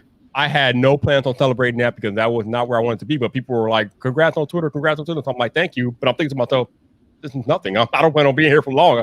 But there are so few people who get to that level. I mean, there are so few people who get to 1,000 subscribers, and to never mind 2,000. Like you got to celebrate the wins. Like absolutely be hungry.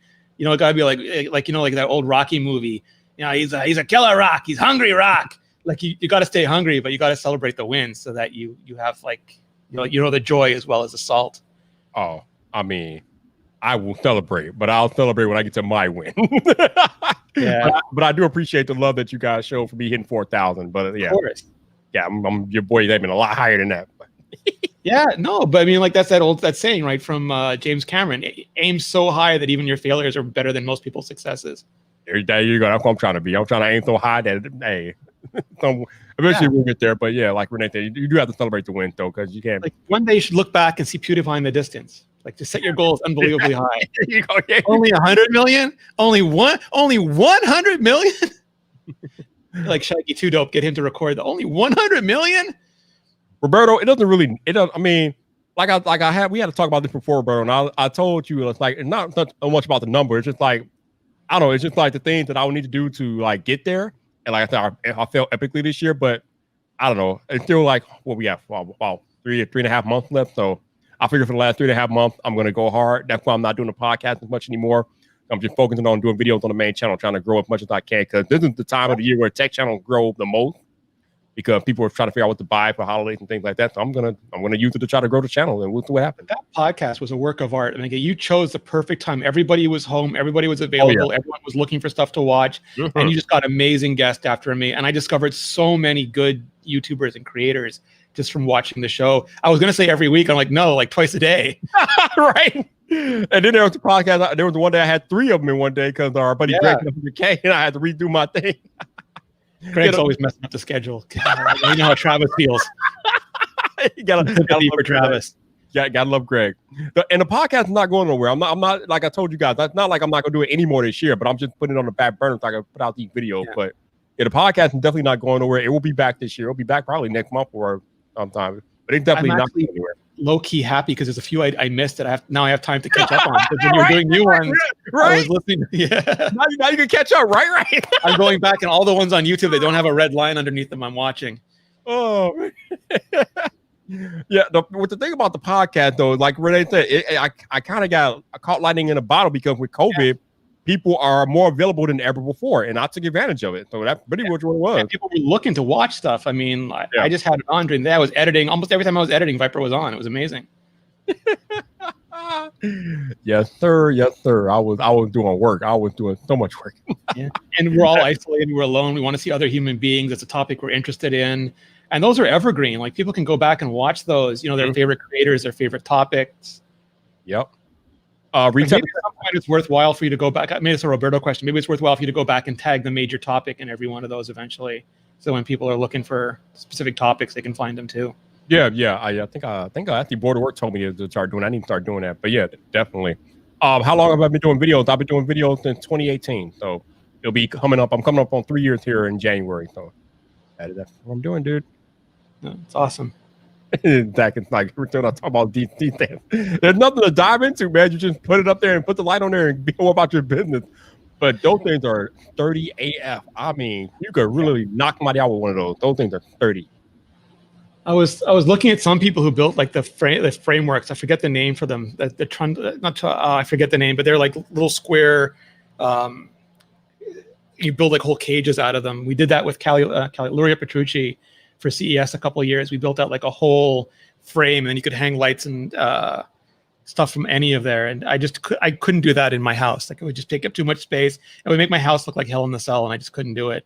So I have a couple now. Oh, that's funny. I love your sense of humor, man. Like you just have fun. You remind me of myself a little bit in the fact that you're on here and you're having fun and you're living your best life, and that's the best way to be, man. Have fun. It's fun. I couldn't do a Macho Man intro because Max was on, but next time. I don't know. When we were on the podcast where you did your little Viper intro, that was pretty cool. A lot of people were digging that. I've been waiting so long to do that. I had to wait for another podcast invite. So I want to ask you something. When you went indie, I think you wanted to go indie, or you went indie because you wanted to work for yourself. You wanted to be your own boss and do different things like that. And I remember asking you at the time, were you going to do the same content? Like, were you going to still cover Apple mostly, or were you going to try to do different things? So we're about 5 or 6 months down the line here since you've gone to indie or whatever. I think it's been that long. I can't remember, but it's been a while now. And you're mostly covering Apple stuff. So I'm curious. I'm curious. Do you still like going off the Apple track at some point, and maybe not like on a permanent thing, but do you plan on covering non-Apple topics in the future? Yeah, I'm not sure about that because I watch a ton of Roberto videos, and I watch a lot of Nick's videos and a bunch of other people's videos. And I feel like while I'm in the building phase, I should stay pretty focused. And also it's something I've done for 10 years. So I feel like I can bring value to it where the other topics I can talk about, but I'd have to do a lot more research and I don't have the same foundation in it. And it's not what my audience subscribed for. So like for me, it would be interesting, but I don't know if it would be good for my audience yet. And like Justine can do can bake a cake one day, review a Galaxy Note the next day, do a drone the day after that, go surfing the day after that, and it's Justine, they love it.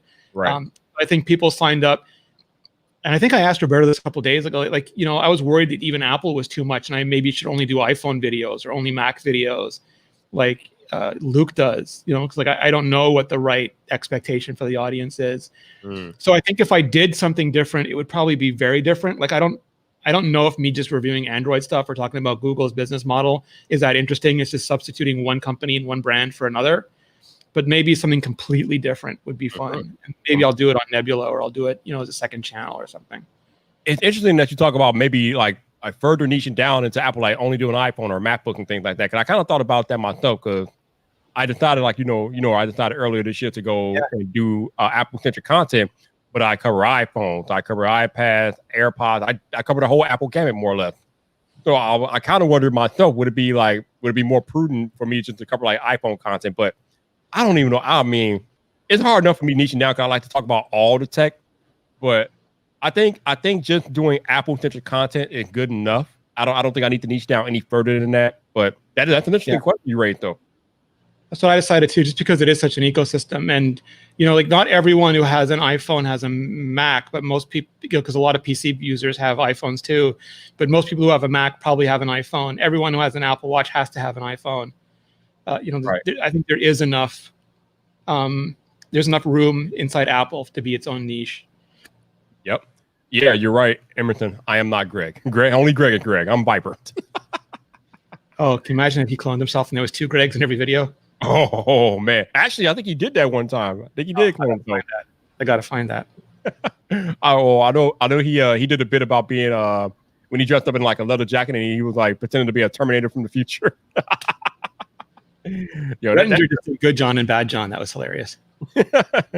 Yeah, Greg can come up with some funny stuff, man. Greg is he's good. He's very good. Definitely. He and Travis are a good duo. Oh, absolutely. Absolutely. That's something else I want to do at least for one episode. I would love to find somebody to like co-host the podcast with for at least one episode or so. Haven't done that yet. I mean, I've never had. Seems like a slightly disappointed big brother, and Greg seems like a slightly annoyed little brother. They sort of plays off each other well. Yeah, they have natural chemistry. Yeah. Simply Pop. Marquez does review every type of tech, but Marquez has 11 million subscribers, so he can do whatever the hell he wants. Yeah, so like even if 5% of his subscribers are interested in any given video, that is a huge amount of people. Yeah. And if 5% of my subscribers or like 5% of some, like it's not the same amount of people. Yeah, I saw that. Like Martin said, Marquez can pretty much do whatever he wants because enough of his audience will watch whatever he does. He got to the point where he can get that credibility and that audience base to do whatever he wants. Yeah. And I'm glad to see YouTube finally made some progress with getting John's channel back. Thank God. And he niched down. He's talked about this. Like he used to do a bunch of experimental shows, and now he's doing front page tech, and it's just growing and growing and growing. Yep. Yeah. Because it's human behavior. I always tell people that the YouTube algorithm is a measurement of human behavior. It basically reacts to how people react to your video. So humans are funny. We're a funny bunch in that when you walk into a Starbucks, you're not walking to a Starbucks for their pastries. They offer pastries, yes. But chances are 99% of us are walking into a Starbucks to get a coffee or of some kind. When you walk into a Dunkin' Donuts, you're not walking in there for their coffee. 99% of us are walking in there for a donut. So humans like to expect what they expect. We're creatures of habit. We like knowing what to expect when we walk into a certain situation. And the same applies to being doing content on YouTube. When people come to my channel, they expect some type of Apple content. So when I do a TCL video, it doesn't get that many views. And when I didn't, because people were expecting Apple content. If they go to a Renee Ritchie video and Renee's doing a Samsung video, it's probably not going to get as many views as Apple videos do because people don't go to Renee for Samsung content. So people are a funny bunch that way. They want what they want and they expect what they expect from you. And if you go off the track, it doesn't really work out too well. Like you can push it a little bit. Like you could do like a iPhone versus Galaxy Fold and people will accept it because they're bought into the iPhone part. But if there's like 5% of your audience who's there for you and 95% that's there for the subject, for me, that's 5,000 people watching. For Marquez, that's 500,000 people watching. Mm-hmm. That gives you way more play. Yep. Like Roberto said, he had to push John to do that, but once he did it, got the limit, man. Well, you know exactly what to expect. You press play. There's going to be a poop joke. Like exactly what you signed up for. Yeah, and if it was like it was painting like Bob Ross every third episode, you'd be like, what is happening? Oh, definitely. And I've been looking at the numbers that I've amassed this year, and I can definitely tell that it's working better than it has. Because last year, when I was still doing variety tech, I think I got less than 1,000 subscribers all of last year, less than 1,000. This year, we're like, what, 4 months left, and I already have over 1,000 subscribers this year. So the niching down to Apple stuff has actually worked for the most part on my end. I just got to keep doing it and see where it takes me. But yeah, definitely. Well, like Roberto says, like you're building that catalog, so when you do hit, you'll have a ton of content to fall back on. And oh yeah, like I remember, like I've talked about this before, but one of the worst things that happened to my previous channel, Vector, was when it was Creator on the Rise, because they put it on the YouTube homepage. A ton of people, and I'm sure a ton of bots, clicked on it, subscribed. I got a huge initial boost, and then nobody watched the videos, and a bunch of people unsubscribed. And YouTube is seemingly not intelligent enough to realize, oh, we promoted them, and the promotion didn't work, so we'll just go back to normal. That channel died. Like it got almost no, like it just died for like 3 months. And that's what happens if when you hit and you don't have. And I feel stupid talking about stuff when Roberto's on here because he's so much smarter about all this stuff than I could ever be. But it was not good, you know. And you'll have so much content ready for when people discover that content. Yeah, and I've heard some of the stories that happening to other creators that have been on Creator on the Rise. They get that spike, but then people it maybe the content is not what they signed up for, and so they unsubscribe in mass, and then the algorithm doesn't know how to deal with that. So, it's crazy. But yeah, I'm in agreement with Roberto. You're doing fine, Renee. You're doing just fine. It's all painful life lessons, mostly learned from Roberto. Definitely. Yeah. Well, on that note, I think we're gonna end it here. I don't want to hold Renee up. No worries, man. It's always fun. It's always great talking to you. Great talking to you, man. Oh, we got Zach. That is a good question. Zach wants to know, Renee, do you have any idea what's happening with your old channel? Like, there's been no content on there since you left it. So I don't know. I spoke about this before, but I had a conversation with Future before I left, and one of the reasons I did leave was it was basically pointed out to me that it'd be more valuable for me to do like a videos on why you should buy a Nintendo Switch, and those would be put in their custom player with their ads and stuff, you know, in articles to help sell and get affiliate revenue from Nintendo Switches. And I totally get that. That's their business model. That's how like those big sites work. You know, they're all recommendation engine sites. But that would just kill my soul, you know. And I realized that that's valuable to them, but it's not valuable to me. And the kind of videos I wanted to make were valuable to me, but not valuable to them. So I think like because I started Vector before the company was sold, before Future bought it. And maybe we could have built it up to more, but I don't think Future sees the value in YouTube. Like I think they're happy with Michael Fisher because he's just like, he's Michael Fisher. Oh yeah. But I don't think they see any value in building more YouTube channels. I think they see value in, you know, selling more Nintendo Switches. So I was told that they would try to find a new host for it when I left, but they haven't, and I don't think it's a priority for them. Or maybe when COVID happened, it certainly wasn't a priority for them. Yeah, but that makes the channel wasn't highly monetized. Like it wasn't a sales channel. It wasn't an affiliate revenue channel. It wasn't a right. Like some people don't know that. Like they go to big tech sites, YouTube channels. The Verge is a huge exception. Like never, The Verge is just The Verge. But you go to a lot of big websites, and their YouTube channels are terrible. They sometimes have a lot of subscribers, but they have like videos that get almost no views, and it's because that video was made to go on their website in their custom player serving their house ads. It was never designed for YouTube. They don't care about YouTube as a business. Okay. I'm glad you brought up the whole Vector thing, because I have an interesting question for you about that.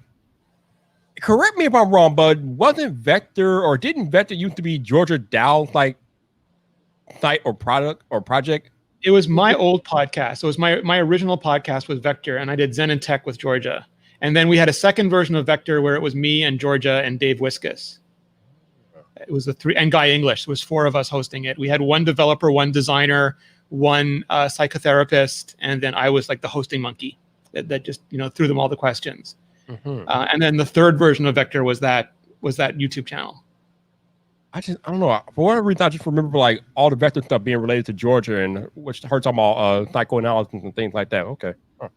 Well, she did Isometric with Brianna Wu, and I think Micah was on that for a while. I forget what it was called before that or after that. It changed names as well. Mm-hmm. Mm-hmm. Interesting. Man. It's- Podcast anthropology. I told you when I first talked to you, like I've been watching you in Georgia for so long, man. I mean, probably over 10 years at this point, but it's been a long time. Yeah, I mean, I started the iMore show. Well, it wasn't called that back then, but in 2008. Yeah. We were streaming on Ustream. We had 4 separate Ustreams and arranged in boxes on the same web page, trying to keep it all in sync. And then we would screen record the 4 boxes together to make the video out of it. Mm-hmm. Now, I think I asked you this on the podcast before, but I don't remember what you responded. But gaming, are you into gaming at all? Do you game at all? I am, but I don't have time. Like I like it, but I don't have much. Like it would cut at this point. Like I wake up, I work on the videos, I finish working on the videos, I go to sleep, and it would cut into my sleep time, and I have very little of that already. I used to game a lot. I had all 3 systems like the previous generation, but I don't know if I'll have. And even then, I like the games you could get in and out of. I didn't really play much RPGs or long games. I like platform games and games that you could, first-person shooters, just stuff you could have fun with. So what you're saying is that you have not indulged in Animal Crossing during the pandemic. No, I didn't play the original Pokemon games. I didn't play Animal Crossing. I played like all the Mario games, all the Donkey Kong games, all the Star Fox, all those kind of games, like the more actiony games. I played a lot of Halo. I loved the original Hulk game on the Xbox, the open world Hulk game, where you could just smash the ever-loving bejesus out of everything. Like pick up a tank and throw it, jump into a building, knock down the building. Love that. Spider-Man, like you swing around, all that stuff. I can't wait for Miles Morales. That might actually get me to buy something. It's just Miles Morales. Looks so good. I ended up buying a PS4 Pro just to play that Spider-Man game, and that was so much fun. I loved it. I bought it for the Batman VR. I wanted to look down and see Batman, and I did, and it was so good. Oh, nice. Yeah. I'm definitely looking forward to playing that Miles Morales game on day one. I'm waiting for that. I'm amped. Yeah, that's gonna be so good. I just hope everything launches and all the titles launch on time. That's just my big wish. I don't trust any launch dates or anything during COVID. Nothing. You make a good point. Ooh. While I have you, another question. How many HomePods do you have? You have the one, or I have 2. I have one on each side of the TV. Now, do you use your HomePod as a sound system for your TV, or do you have a sound bar, or what do you use for sound? I do. I used to have Sonos, and when I got the HomePods, I got rid of the Sonos just because it was always a little wonky. And I do use them on occasion, but the LG TV set sound is good. Like it is better than I thought it would be. It is way better than I used to have a Pioneer Plasma, and it was just not usable for audio. But the LG is actually pretty good. So if I'm just watching like YouTube, I'll leave it on the LG. If I'm watching a movie, I'll put on the HomePods. I would love an Apple soundbar or a way to just make them dedicated Apple TV speakers. I would love that. And a HomePod, they work out pretty well for you with sound. Yeah, they're really, really good speakers. Like their only problem was ever Siri. They're really, really good speakers. I think that's true. Interesting. Okay. Like they're way better speakers, like than anything else that was on the market at the time. It's just like the Apple started making them many, many years ago, way before they were announced, like 5 years before they were announced. They were never intended to be smart speakers. They would just use Siri because there was no screen, and Siri was opportunistic. And then all of a sudden, Google and Amazon invented this home assistant market, and Apple's like, well, why not? And we're like, well, because Siri, why not? And so they entered a home assistant space with a speaker. But as a speaker, they're great. Yeah, I mean, as much as I hated it, that was the one thing about the HomePod that was awesome. The speaker, the sound was awesome. Like the purpose for the HomePod, and I think it lives up to the purpose. I just don't think the purpose was as valuable to people as they hoped. Is that if you have no sound in a room, you can drop the HomePod in almost any part of that room, and it will sound good no matter where, almost anywhere that you're standing in that room. That was the problem it was designed to solve. I have no music in my room, in my living room. I have no music in my bedroom. I have no music in the office. Drop a HomePod, doesn't matter where. It'll bounce off walls. It'll fill the room. It'll make a sound stage. You can walk around. You can move. You don't have to sit in a sweet spot. They figured that out. Like they used computational audio. They figured that out. And people are just like, but I want a home assistant. They're like, oh, damn. Funny. Woo, that's hilarious. That's hilarious. Hopefully, if they by all intents and purposes, they are supposed to be making a sequel to the HomePod at some point. Hopefully, they'll make it a lot more smarter than their first iteration. Because they gotta fix Siri. I mean, like if they fix Siri, some of the other things just line up. Definitely. Renee, I appreciate your time, man. I know I'm kind of short notice, but thank you for joining me, man. I appreciate you. Of course, man. It's always fun. I appreciate it. I love everyone in the chat. I didn't have YouTube open, so I couldn't comment, but I did read everything. No doubt. Even Zach's one-man crusade to have us break down everything about C-stands today. Gotta love Zach. Got to love Zach. Simply Pop, if you have one home pod, it's worth getting another. My answer anyway would be it depends on what your use case is. What do you like? What do you need two home pods for? Are you trying to like set up like a sound system, or what are you doing exactly? Yeah, it does. Like you can put them all over your house and they'll all coordinate. Like if you want music playing all over your house and you don't want to have a separate like unit for it, for a stereo pair, it's fine. I mean, that stereo pair for me is about space. Like if the HomePod is not filling up your room, the stereo pair will fill the room up. I don't think you can hear a difference, but I don't know how many people care about the difference that you hear. Like if you're an audiophile, yes, whatever. Like you'll enjoy every improvement. But for most people, I think it's just like if they have a big room and it's not filling that room, it'll fill the room better. It'll make a bigger sound stage. Mm-hmm. There you go. There you go. Also, shout out to my man Mac Weinbach for joining me tonight on Friday Night Viper. Appreciate you, dude. Thank you. And thank you guys to all of you that were hanging out for the 2 hours, almost 3 hours that we were live tonight. So thank you guys for rocking out. As far as when I'll be back live, probably Tuesday morning, because I kind of like doing these Tuesday morning live streams. I don't want to live stream too much though, because then I don't have anything to talk about for Friday night. So I'm trying to cut them down a little bit, but definitely probably next Tuesday morning, if I don't have too much work related stuff happening, I'll be back live on Tuesday morning. But yeah, your boy Viper will be back on Tuesday morning. Otherwise, unless you see me the notification go live before Tuesday morning. But that's it. You guys enjoy your Friday night. I will talk to you soon, and that is that. Thanks, everybody. Yep. But until the next time, people, this your boy Viper, the man about tech. You know where to find me. So come back. Vamos.